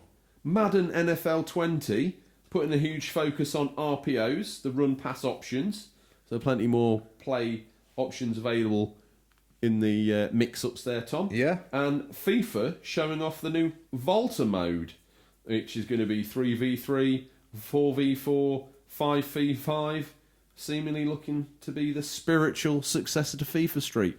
Tom. Yeah, that's a cool little addition, I think. Looks like quite a bit of AstroTurf going on there. What do you make of that? Yeah, I think that'll be a welcome addition for a lot of people, because I think FIFA Street was a bit of a sleeper hit, really. Yeah. Well, coming out of that EA Big or EA Play era back in the day, it was one of the titles that probably stood up as being a little bit more well known, right? And played well and gave people the dimensions and bits and bobs that they wanted. Tom, you wanted to lead off. We're going to wander from EA's rather small and sports-themed area, and we're going to wander over to Ubisoft. Yeah. He sleeps between different announcements that he's interested in, but he's fired up. He's dried and snorted an espresso, and he wants to tell us about God and Monsters. Tom, let me tag you in for a moment. I've been over there getting ass-whooped by The Undertaker. I've been walled in the corner, you know, like the tag team opponents, and I've been pounded on. I've managed to make a snap tag to you. Tom, lift the show, take it to the next level. Okay, so Gods and Monsters. This was the only thing really on Ubisoft's show that I really kind of made me sit up and pay attention. Have you noticed? I gave like a 4-minute pep talk, and the actual invigoration lasted about 5 seconds. And then, there's a game coming out. What is it, Tom? God and Monsters. A take on monsters from Greek mythology, and you're trying to help the Greek gods return home. It's an action-adventure with an emphasis on exploration, citing as Breath of the Wild as a big influence in its design. Which in every game. Even when we did that, we did the Star Wars special, and Jedi Fallen Order was inspired by Breath of the Wild. I mean, anything else? Benchmark game, mate. Watch Dogs Legion, inspired by Breath of the Wild. We need to just cut back to Gods and Monsters. That's coming 25th of February. And that's for all formats. So they're putting that one out there. I think I'll keep my eye on that. What are you going to get that on, do you reckon? Switch. The man of many consoles. So He's going to buy that one on Switch. I'll get it on Switch so it feels like a Ninty first party title when it's not. Oh, not only do you embarrass me, you embarrass the fans as well. Tell you what, Tom, while I dive into Watch Dogs Legion, why don't you have a little sift through that pile of listeners' letters? Oh, you're doing I me feel again, like we're on you? Blue Peter, you know. Get in the sack.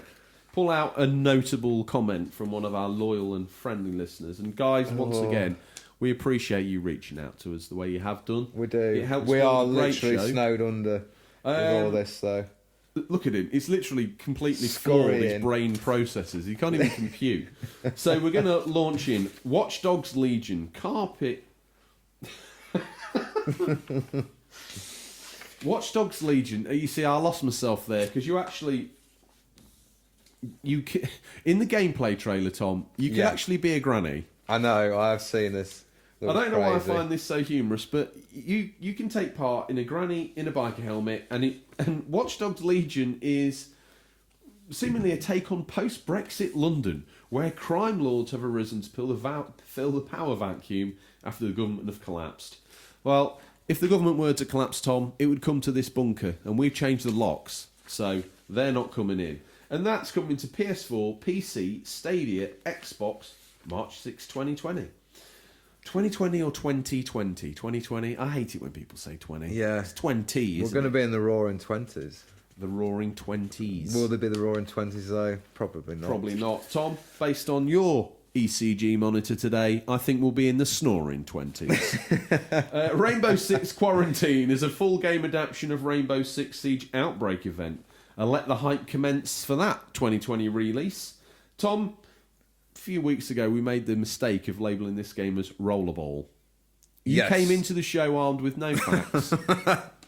Nothing. Just good intentions. Whispers and hearsay, yeah, exactly. The same sort of good intentions that gets you one of those longing smiles from Mummy that you can see through that gritted teeth. She wants to pull you to death via your eyelids.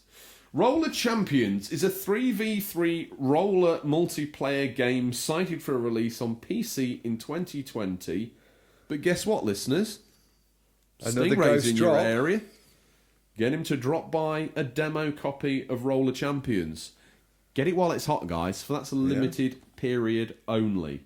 Tom, we're moving into the Square Enix section. I take it, by the way, you're looking confused, like a mouse that wants food but can't find any in a scientific experiment, that you went through that sack of news and you didn't find anyone saying that they enjoyed the Ubisoft section.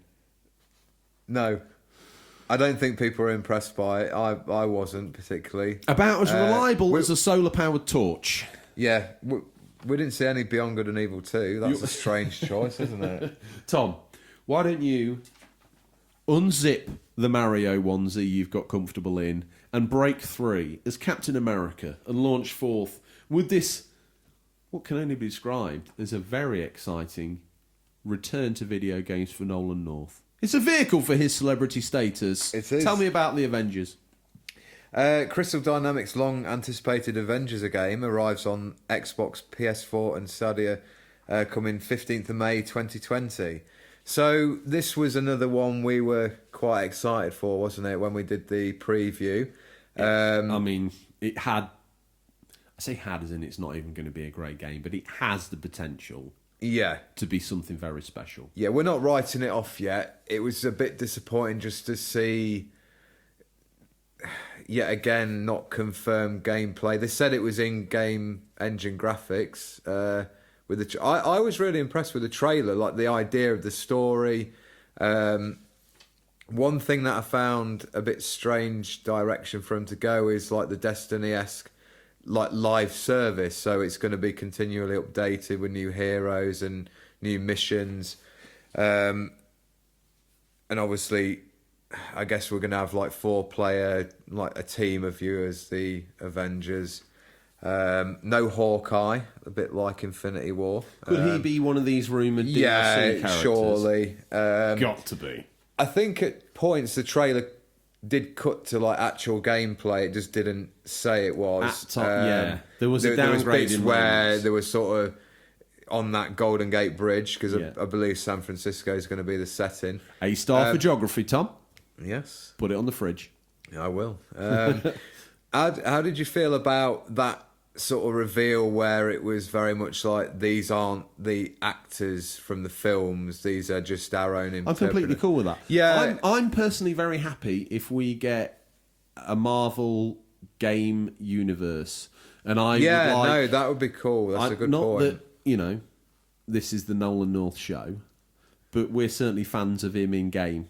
I mean, everyone knows Uncharted, but one of my favourite moments in gaming is where he popped up. I played Alpha Protocol retrospectively.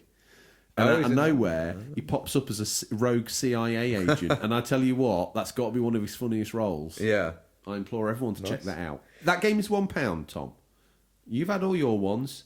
I've had Alpha Protocol. That's what I would call unofficial controller bingo. If they've ticked all those cards, if they've downed all those drinks... they can win a ticket for the tombola. And in the tombola, like all good tombolas, Tom, our listeners are fighting for a tin of value beans. Excellent. Ticket 210. So yeah, good voice acting brought in for that game, as rightfully it should be, because they've got some big shoes to fill, haven't they, obviously, with the films. How do you feel about that sort of multiplayer element of it? I mean, there is a dedicated story. I think that co-op...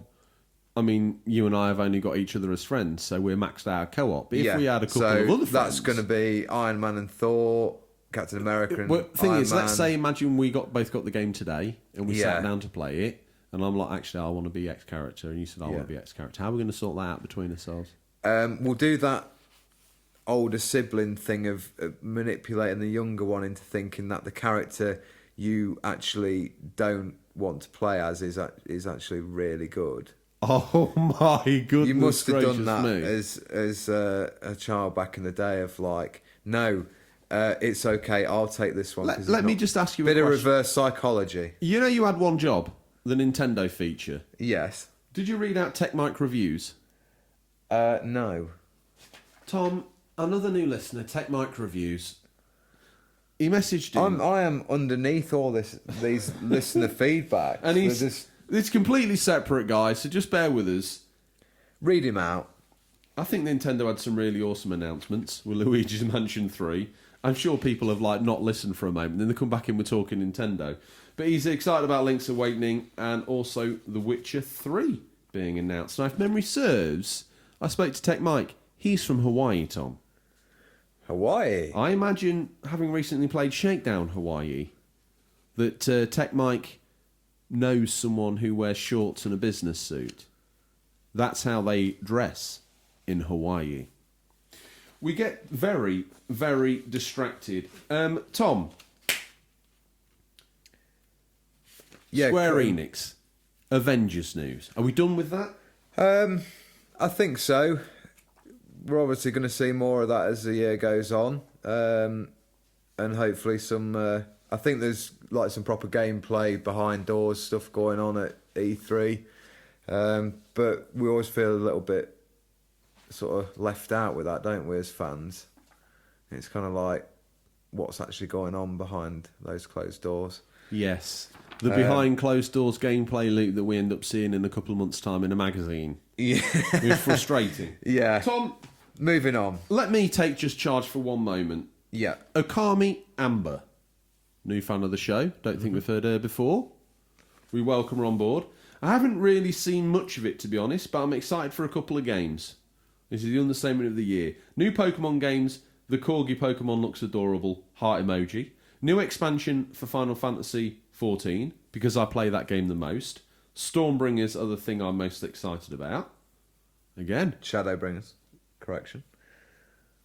You know me. I make it up as I go along. But I've seen some interesting things beside that as well. The new Tales game looks stunning. Spyro's coming to Switch is also very nice. And the remastered versions of Final Fantasy VII and Final Fantasy VIII look nice as well. I'm also excited for the Mario and Sonic at the Olympics. And also, while we're in this area, loyal listener of the show, messaged in just like you can, Sir Doyle Dono. So far, great conference. I will say, I missed Sony, sad emoticon.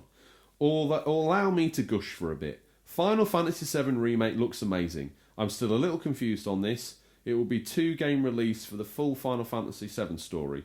This game looks fantastic regardless. The gameplay mechanic looks action orientated, while still keeping the tactical slow down element that Final Fantasy purists might appreciate as replacement to turn-based combat. I'm just worried that the second half... Oh, I've cut his thing off, Tom. Anyway, he goes on to say that the gameplay looks fantastic. Second half of the game outside of Midgar, there we are, will be saved for a second game altogether. How long will it take to get that? So, once again, Final Fantasy VII, people are excited, Tom, but they're a bit concerned about how long we're going to wait between episodic releases. Yeah, I mean, that would really sort of halt the train, wouldn't it, so to speak, of, like, you're there enjoying the game, and then you're like, oh, nearly at the end now, and it's like, well, when's this next bit coming? They need to be quite punchy and keep those sort of, if they're going to do it that way, which they are going ahead with, the episodic way of delivering Final Fantasy VII, is just to keep the train rolling. I think it'd be good if they took a leaf out of the Spider-Man PS4 with the DLC, just sort of time that when they think the average gamer will have finished that part. Because that came right, didn't it? Yeah, it did. I think that's a really good way of doing that if you're going to do it. Obviously, we got some news on Final Fantasy VIII getting a remaster as well. Yeah. So good news all around for the Final Fantasy fans. 7 does look incredible. I've never played it, as I've mentioned before, so I'm going to definitely be picking up the remake. And I don't really know the story much either, so keep away from it. Yeah, I think I'll try and avoid the spoilers. Tom, we've seen one endangered species in this E3. Pass me those binoculars, because I see another one. A new IP. Would you believe it? Outriders is a new IP, shooter IP from the people Tom, what's going on here? Don't worry. It's People Can Fly at the studio. It's Outriders is coming in summer 2020. Basically, what it is, it's a 1 to 3 player co-op shooter. They've made, obviously, Gears of War Judgment. Oh, and yes. I believe they made Bulletstorm as well. And it's cited as a journey across a dark sci-fi world in search of a mysterious signal. That's going to be coming to Xbox, PS4 and PC. Yeah, it sounds quite interesting. Yeah. The trailer looked pretty cool as well. Another one here, Tom, that's already in the non-pirated way. We don't have to worry about the Federation Against Copyright Theft here. Last Remnant's going to be in Stingray's boot this week, Tom. It is. Announced and straight in the boot. Yeah. Kingdom Hearts, close to my heart, is set to get some DLC called Ray.Mind. Yeah, that's coming winter. This winter. Yeah. Tom, before we close out this mega feature, which has been the news and the feature rolled together into a mutant hybrid that's, although packed with bristling news, not exactly the most riveting E3 we expected, is it? No. Tom, I think we might have probably one last submission from Grodders, if you want to go with it. I think we've got one from Grown Kidding. Oh, okay. Listener on Instagram. Ah, yes, Tom. Just on the subject of sort of E3 being a little bit of a anticlimax this year. And unlike you, he actually went. He did, yeah. So he feels like the way the event is marketed is very different to what it's actually like. He says, with that though, it's great to be surrounded by others who share the same passion, and that's a nice point. There. I think maybe we used the wrong analogies to describe E3 in the build-up process. We call it the WrestleMania, the Super Bowl. That's almost like we're putting it up there. Two people have got to find out there's going to be a winner or a loser. Maybe we should start looking at E3 as if it was more of a Woodstock festival, where we can go and celebrate gaming and gaming culture. What do you think about that take on it? So be it more of a celebration of gaming rather than look what I've brought? I think they could improve it in that way, definitely. Yeah. I just hope it never goes, because I was thinking on the... Here's one more for you just to muse on. I'd like your thoughts on this. And once we've done that, we'll round out with Otter's submission. If we've missed anybody, we sincerely apologise. We've just been totally overloaded by news and comments. Yeah. So what if they took E3, Tom, on a world tour? Because not everyone's lucky enough to be able to know Dexter Fletcher and then get plane tickets over there, and then you've got to get the ticket to get in there. Yeah, now, the flight might be a big ask trip, isn't it? But imagine if next year E3 was in London, and then the year after it was in Paris and Tokyo, and it rotated a bit around. World Cup-esque of making sure everyone can experience in a lifetime. Exactly that. I think that's a great idea. I don't sadly think it will happen, probably because of business and financial reasons. Business reasons. Okay, Tom. Well, let's quickly just... I think we've rounded out everything there. We've talked about it. We don't want E3 to go. It's been a little bit of a placeholder for this year. So come back next year and we might have something for you. But in the mean case, here's a couple of tasty CGI morsel trailers for you to gorge on. And then by the time you're sobered up from those, we'll have a game out to distract you. Don't you worry about it. Tom, finish off this subject with your thoughts and then roll us into that Otter's submission. Yeah. So for me... winner of E3, Nintendo. Wow. And most exciting reveal, Breath of the Wild sequel, hands down. Even though that's a million light years away. You don't even need to be wearing your Mario ones if you need to know that was what we were going to say. Everything else was good. Well, if I rewind quickly in my brain, and we'll just do this quickly, save the listeners going all the way through the back catalogue. I think I said that Microsoft would win, so did you. We were proven incorrect. Yeah. And then I think I said Square Enix would round out the software developers, and you went with Ubisoft. I know. I was banking on them to show some A little bit More too stuff, much rusk that afternoon. I think so. So we both picked so. Microsoft. Although they announced Xbox Scarlet, we think Nintendo took their seat. Yeah, definitely just the fact that they showed more actual games and gameplay. And many listener submissions in focused on the fact that it was maybe a coup de grace by Sony not to be there this year. When you've got nothing to say, is it best to say nothing? Is that why we got completely dominated by CGI trailers? Quick ray trace me a demo, quick on the school bus because teacher's going to think I haven't done anything. Absolutely. A little bit like the way we throw the show together. Oh, yeah. The Vauxhall Conference of podcasts. We know where we are. We're at the top end, but we're never going to get promoted. You never know. Seasoned veterans. Maybe a bit of a cup final run.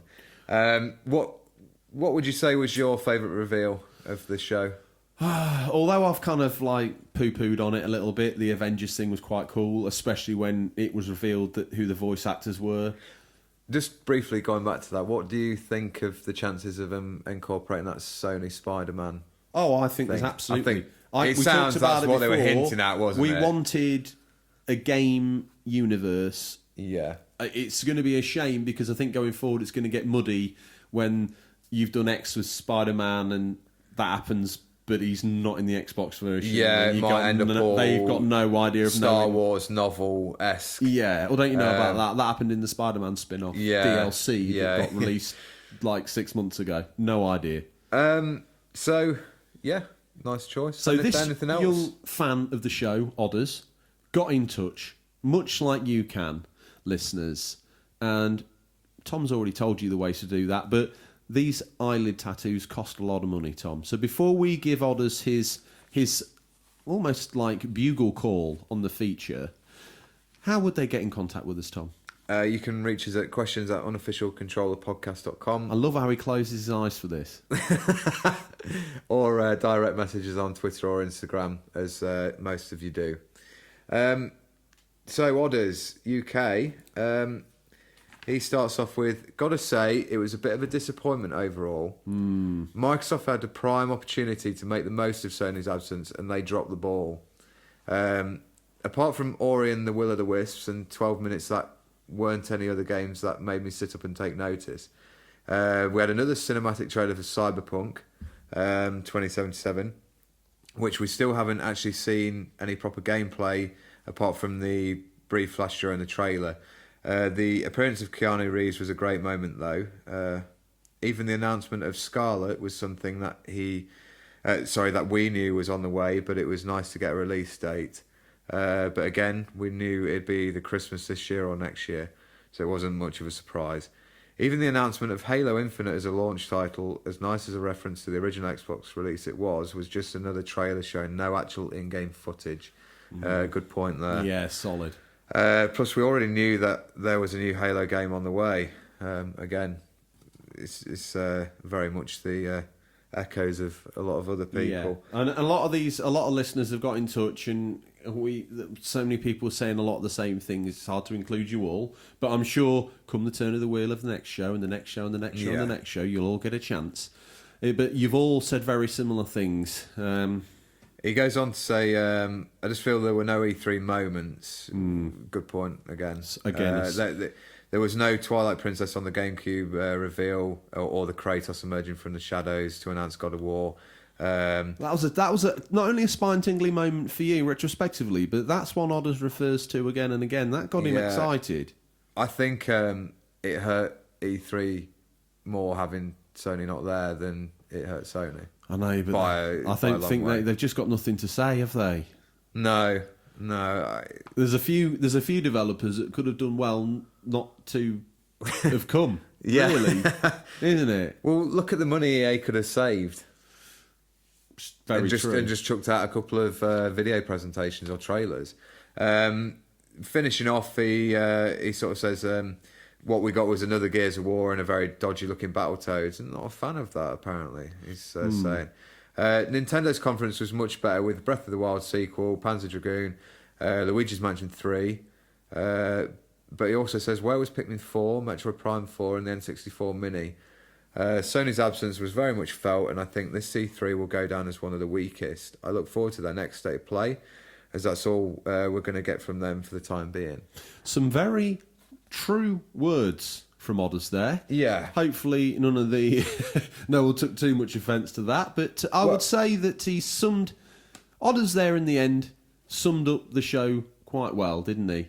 And He has, yeah. I think that's why we chose him to close out, because he has rounded up a lot of the points we've made, and, and a lot of other people have. And in a week from now, Tom, there'll be nothing left at the Los Angeles Convention Centre bar a couple of deflated-looking game-related blimps leaking out the back and helium seeping into the air, and it will look like a deflated mess. Tom, like E3 and our R3 Debrief feature, the feature is now a collapsed mess of a balloon out the back of the Los Angeles Convention Centre. But guess what, Tom? The show reaches for another high spot. It's the one that most people flick straight to. If the big man's been making house calls, Tom, you better make sure you're ready. Stingray's Listener's Boot. What we got? We've got a right mix this week. Listener's Stingray, my goodness, Tom, he's been busy. We've got Game View kicking things off. Latest pickup, N64 collection growing quickly. Time to clean some of those carts up. I'll tell you what he's got there, Tom. He's got the Legend of Zelda Brady Games Guide. The thing that helped you complete Legend of Zelda Ocarina Never of lets Time. me forget that one. Well, should you never be allowed. Who else? Fan of the show, we've already heard that name. Bite My Pixel. Yep. I tell you what, he confesses to having a super secret shop. But he says it's paid off. He's not wrong. Game Boy Advance SP, a couple of Lego figures, Wii U games, Yeah. GameCube games, Rogue Leader, was that a Medal of Honor? Got himself some LPs there as well. Frontline, Outrun Coast to Coast, another absolute belter. He's a big fan of Medal of Honor, Tom, but he's also picked himself up a copy of James Bond 007 Agent Under Fire. Now, I remember that slightly less fondly remembered series of games as actually being quite good. Agent Under Fire was not a bad game, if memory serves. By not a bad game, I would say if I was to rate it, I'd probably slap a 6.5 of justice on that. You know. Just enough to keep the kids away from it. Yes. Just enough for a grown-up to know there might be a shell of a game in there. Little Devil 71 chimes in with a cool-looking copy of Guardian Legend for the NES. Sharaban, who you missed from the feature, but we'll flow on past that. Never let Tom curate the listeners' letters in future. Sharaban C. We need more than crayons. He's gone and got his Futurama. I like what he's done there. He's picked up Futurama on the Xbox and he's arranged his Futurama box sets around it in a nicely themed Futurama picture there. Oh, Tom. The main man's on the hunt. Daddy Zilla 80. Daddy Zilla. He's got himself Wolverine on the... Is that an American Super Nintendo cart? It is. Yeah.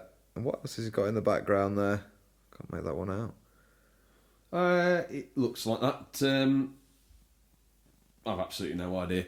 Moving on, as the specialist game experts that we are, Bite My Pixel's been getting some... He's got himself an N64. Up and running. And he's playing GoldenEye. Looks pretty cool. The game looks fresh as ever. Yeah. Blue Canyon Games.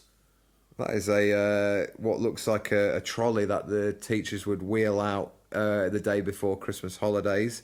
But look at all the retro consoles on it, Tom. It's more like, I now see it, if I was a retro games console, I'd look at that like a mortician's slab in the morgue. It doesn't look healthy, does it? No. This is where they come to die. Blue Canyon Games, thank you for that. Little Devil again. Collection of Mana. Oh, pick that one up. On the Nintendo Switch. Oh, this one. Tom, can I take this? Little Devil 71s. You even messaged me privately about this one. I did. Like you, I was bobbing up and down in my seat saying and a lot because I was so excited. Little Devil's got the Hanna-Barbera Classic Collection Chuckin Norris. He's the chicken version of Chuck Norris. I can't say that because he'd probably roundhouse kick me into another dimension. Chuck Norris Karate Commandos, the complete series. And Tom, looks like it's on VHS as well. Oh, wonderful. Little Devil _71 on Instagram. He knows the secret to our hearts. Your friend Gamebo's come in again, though. Yeah, we've got Zelda Ocarina Gold Cart and Majora's Mask Gold Cart with fully boxed with all the instructions. Pretty nice. Stand back while I just go and get two of the greatest games on N64 boxed in mint condition. Yeah. Also, Sharaban, again, Dreamcast I tell you MSR. And Through then, the medium of these pictures, Tom. Oh, look what else he's done. He's been very creative with his location tag, and Sharaban's posted up these MSR pictures, and he's claiming he's posted them from Maranello, Ferrari SPA, the factory. Wow. classy. He knows the way to my heart, and it's through a redundant franchise, started on the Dreamcast, and finally curled up to die on the original Xbox. Oh no, it linked onto 360, didn't it? Of course it did. Where it shed its husk. Oh, Great series of games. little devil. He's out doing Oscat this week, Tom. He's only gone and ratcheted it up and got a PS4 Pro. Got it in the Days of Play sale, which is still going on, I think. Some bargains to be had on there. Let it be known. 1 hour, 1 hour 51 minutes, and we finally hit you with the Games News Show and consumer advice. Well done, Tom. So this is a Daddyzilla post, but it's some items Mummyzilla 83 picked up today. Whose name could be Deborah, according to you, in the last episode. Could be. You named her Deborah. We've got Zumba Fitness. Well, I think Connect Adventures. Mummyzilla and Trace Ray and Deborah from the kebab shop at the end of the village that we don't like to talk about because it gives everyone poisoning. They go Zumba in the village hall after Taekwondo with Red Dragon Rears. Really? Sensei, yes. Address him properly, please. Sensei. We know we're safe. We're in that section of the show where it's only me and you. Sensei Red Dragon Rears with his Red Dragon Punch. I've not seen him for a while. He was doing vlogs of being an actor at the Shakespeare's Globe in London. And unless I'm wrong, I haven't seen one for a while. Although he did upload some more Warriors footage, which I'm always keen for. From the game. He's a big fan. Sharaban again. Dread, the Carl Urban take on the film. Well, on the series. Tom, sorry. Sharaban, tongue firmly pressed in his cheek because he was in Maranello before, but now you find him in Mega City 1. Very cool, Sharaban. Like what you're doing there. Nice I might put myself on the moon later. He's got the Namco light gun there as well. That's pretty cool. Hold your horses. Finster Gamer, gone all David Bailey on us. He's found a very nice looking wooden background and he's took a picture of Anthem and a gold Xbox. Do you think that's the controller. walnut dash on Stingray's Nissan Bluebird? Could be. Ooh, I don't know. That gives me all sorts of connotations. What's Finster Gamer doing with Stingray in the middle of nowhere taking pictures? True. It's a recipe for disaster. It's too soon with Wayne Ray. IA Retro Gamer Dad. Crikey, he's got himself what looks like a Kinect. Some strategy guides, Prima strategy guides, StarCraft, Atlas. He's got himself Lord of the Rings on Two Towers on GameCube. Okay, let's check 3. You're done for the day on Lord of the Rings references. You can't mention any of your favourite games again now. He's got Call of Duty on the 360 and he's picked up a few Halo games on the 360 as well. Home to quite a few Halo games in the end. ODST 3, Halo Wars and Halo Reach. Nintendo JJ. New name to the show, Tom, but very welcome aboard. He's got the Steel Battalion Xbox. He's had a pick-up and a half here. That is an unofficial controller and a half, isn't it, really? Do you think, end of story, Steel Battalion controller wins the unofficial controller? To be honest, I'll tell you where its downside is, as the unofficial controller there, Tom. It's too good. Yeah. Isn't it? Mm.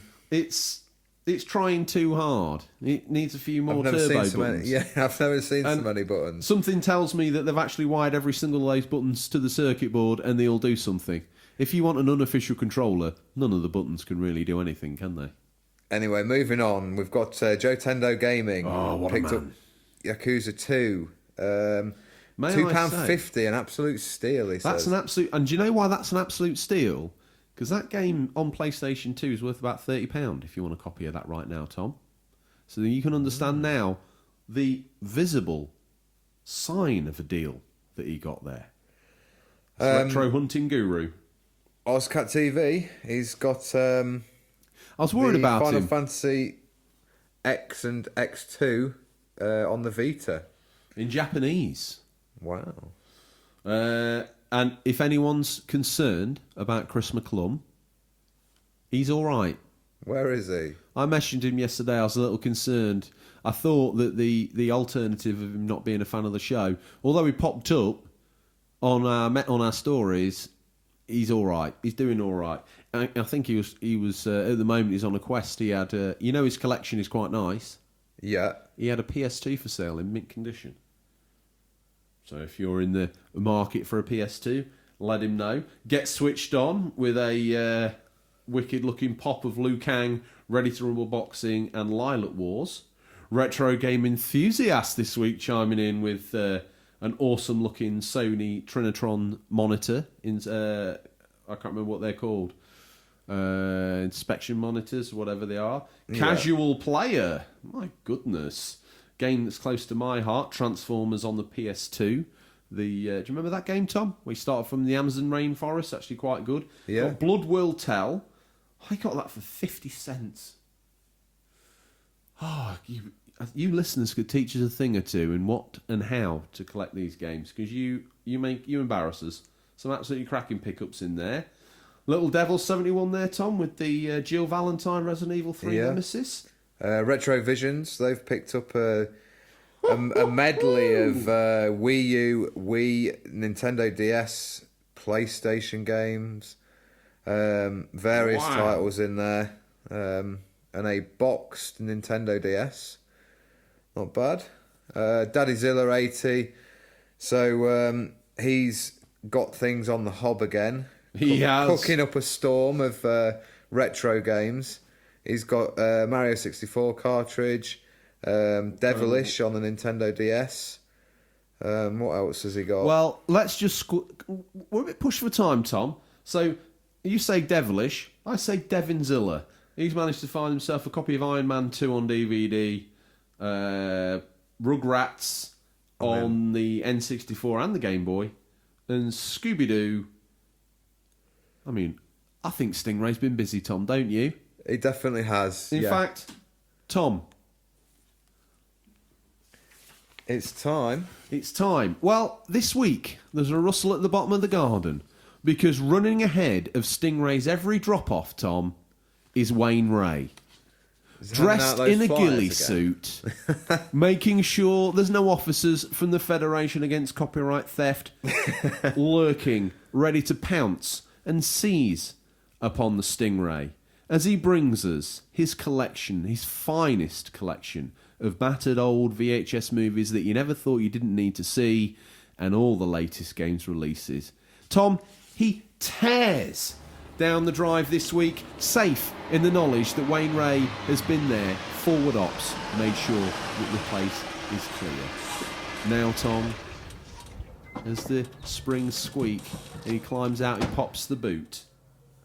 Tom, remember the rules. 40-degree angle, no eye contact, no skin on skin, approach at 40 degrees while looking at 60 degrees, touch him with a stick.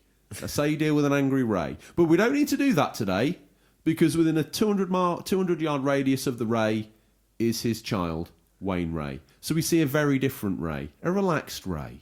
He beckons his forward while sullenly pulling on that dirty-looking Lambert that most of us would throw to the curb. Listeners, it's time for a peek in what we affectionately call Stingray's boot. What's nestled between some counterfeit nappies and a dodgy copy of It's going to be a classic, Tom, because I've fallen at the first hurdle. What's nestled between some counterfeit nappies and a dodgy copy of Battlefriend all this week? These are the new release highlights for the week, June 10th to June the 16th, 2019. Listeners, these are either out digital or physical, or will be by the time this podcast's in your feed, but could be region dependent. Tom, Stingray has either been raiding Todd Howard's bin, or he's genuinely got a copy of Fallout 76 Nuclear Winter Expansion here on PC, PS4, Xbox, coming out June 10th. New game mode, Nuclear Winter. Join your squad in completing frenzied 52-player matches with this last team standing battle royale mode built specifically for Fallout 76. New to Fallout 76, you'll need to create a character, join Nuclear Winter matches, hit play on the main menu, blah, blah, blah, blah, blah. It's all coming, and it's starting now. We mentioned it before. Tom, Last Remnant, remastered, Switch, June 10th. Would you like this one? Yeah, sure. Is this your mummy? I think it might be. What you got? Last Remnant remastered on the Switch comes out June 10th. It was last released in 2008. The Last Remnant captured the hearts and minds of gamers with its enthralling story, countless characters, intricate battle system, and now this cult classic RPG is back with a remastered version is coming to Nintendo Switch with even more beautiful graphics enhanced via an updated game engine. The world exists woven together by 4 races: Mitra, Yama, Quisti, and Savanai.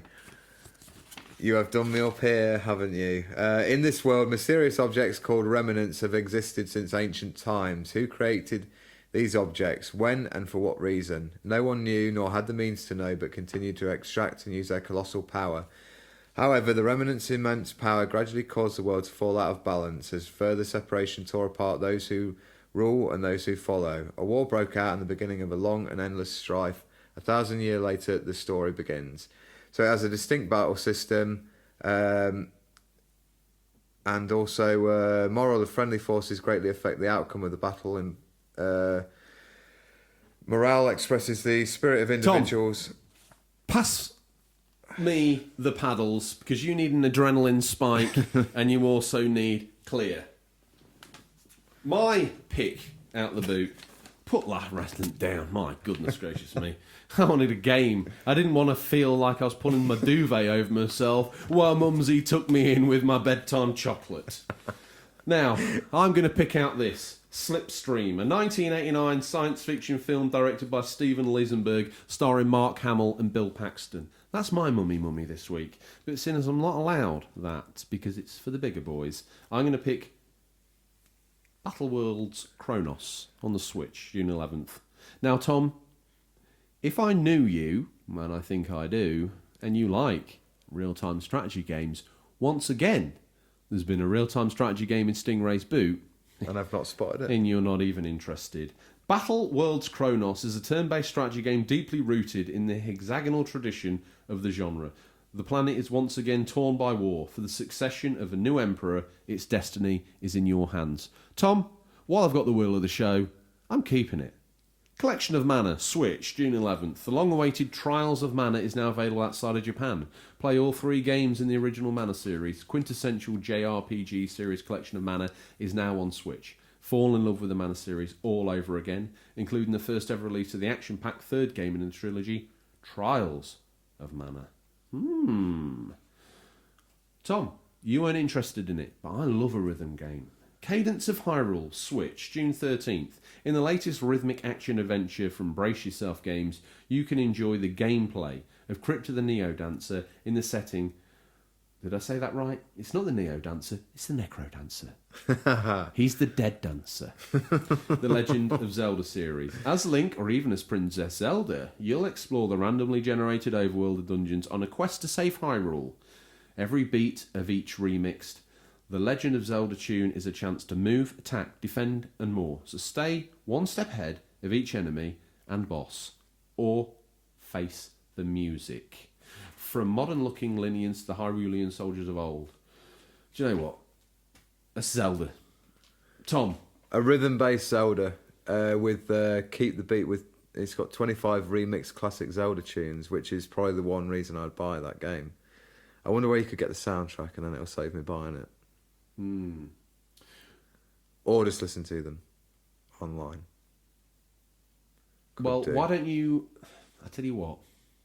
If we just finish off this podcast really well and we look to Mummy and we say we've done the best that we can, maybe when she tucks us in tonight and pulls that duvet up round our necks, tells us what big boys we've been, she can pull down your limited edition ocarina and simply... blaze out a few tunes. Well, I was thinking quietly, just whiffed us off to sleep. Okay. Tom?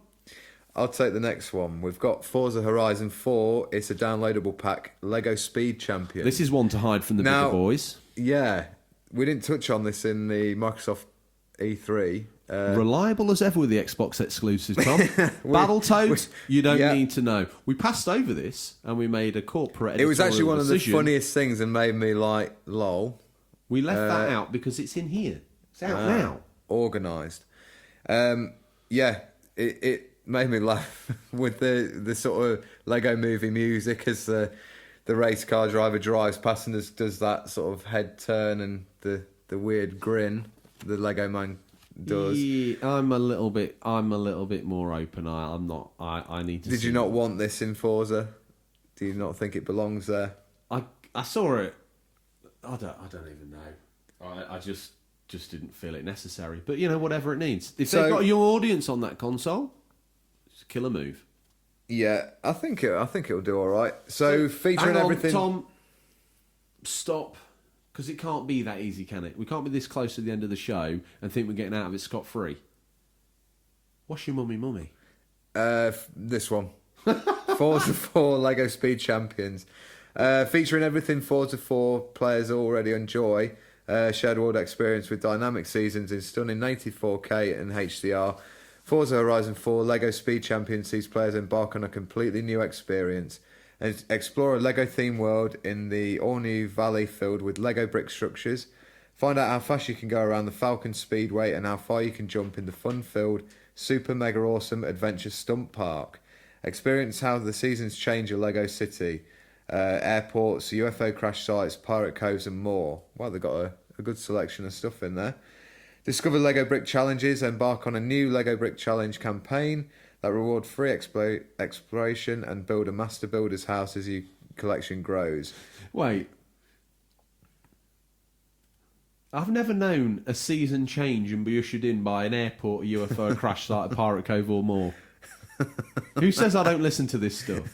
Yeah, I do. You can type this stuff, but, You sure can't read it, George. And with that, I think that's all the new releases this week. Tom, it's not. My mummy. Don't even try. This is my mummy. It's called World End Syndrome. It's on PS4 and Switch. Comes out June 14th. World End Syndrome is a romantic adventure visual novel game, just like the kind I like. Created from a collaboration between Arc System Works and Toy Box. Tom, it's near the end of this show, so I'm going to give you full agreeance. Take a sip of milk. Pull the onesie up to your neck, pull the duvet around yourself, and let sleep waft you off. World End Syndrome follows the story of a 17-year-old high school junior trying to escape his troubled past. After causing an accident resulting in his older sister's death, he receives an invitation to transfer to Mihati High School. He takes it gradually, hoping to start a new life and forget his past. But Mihati Town is not the coastal paradise. Well, I think that might be the joke. I don't know. It's lost on me. Is not the coastal paradise it appears to be. It is home to the legend of Yomibito, where the dead come back to life every 100 years. Once resurrected, Yomibito attack the living to regain their sanity. But their dead's thirst is never quenched. This year happens to be 100 years since the last known incident. As the protagonist navigates his new life with a colourful cast of new friends, a student at Mihati... I hope I'm doing that right. Mihati High suddenly dies. The murderer sends shockwaves through the idyllic town as he finds himself caught in a string of strange incidents, romance and unforgettable summer experiences. Features multiple endings based on your choices and actions throughout the game. Explore the town of Mihati while solving the mystery of Yomibito. Character designs by Yuki Kato, known as their work as an artist designer for BlazBlue. Well, Tom's asleep, guys, so I won't be asking him what he's hoping to play this week. But he's awake. I'm here. He did the back fake in the sleep room thing. Well done, Tom. I mean, it's been drawn out, hasn't it? I mean, it's been like pulling teeth. There was a lot to get through. There was a lot to get through. Hopefully, the listeners had the patience. Hopefully, they feel excited by an over 2-hour-long show of their favourite hosts. Or their third to fourth favourite hosts. I would settle for sixth. After Noel Edmonds, maybe. I didn't know he had a podcast. He does. Well, he does. And Tom, let's put them out of their misery. What are you hoping to play? I can't say the names of the games anymore, so I'm all out of luck. You know what he's playing, listeners. Down in one. Red Dead Redemption, Overwatch. God of War, Overwatch. God of War. The standard. Oh dear, boring. I'm hoping to do a little bit more Days Gone. I'm going to have some time on it this week, which I'm very excited about. A little bit more Shakedown Hawaii. And then I'll probably just randomly You picking pull up out. anything new over the next couple of weeks? Based on Stingray? No. I'm going to start preparing the next wave of games on PS2 to probably wave through and probably pull out some 360 ones as well, or PS3 titles to start building up the show post E3, because obviously we know that the green screen's going to have the cable pulled out the back of it, and that'll be the end of that. And Tom, much like that's the end of that, the show, much like you and I, its eyes are droopy. It's reaching for the milk, the warm milk that Mumsy's brought in. And I'm afraid, listeners, that's all we've got time for. As always, thank you for your time, and we look forward to the pleasure of speaking to you again next week. Until then, happy gaming, and remember, there's nothing wrong with being given the unofficial controller. It's what you do with it that counts. See you, Tom. See ya.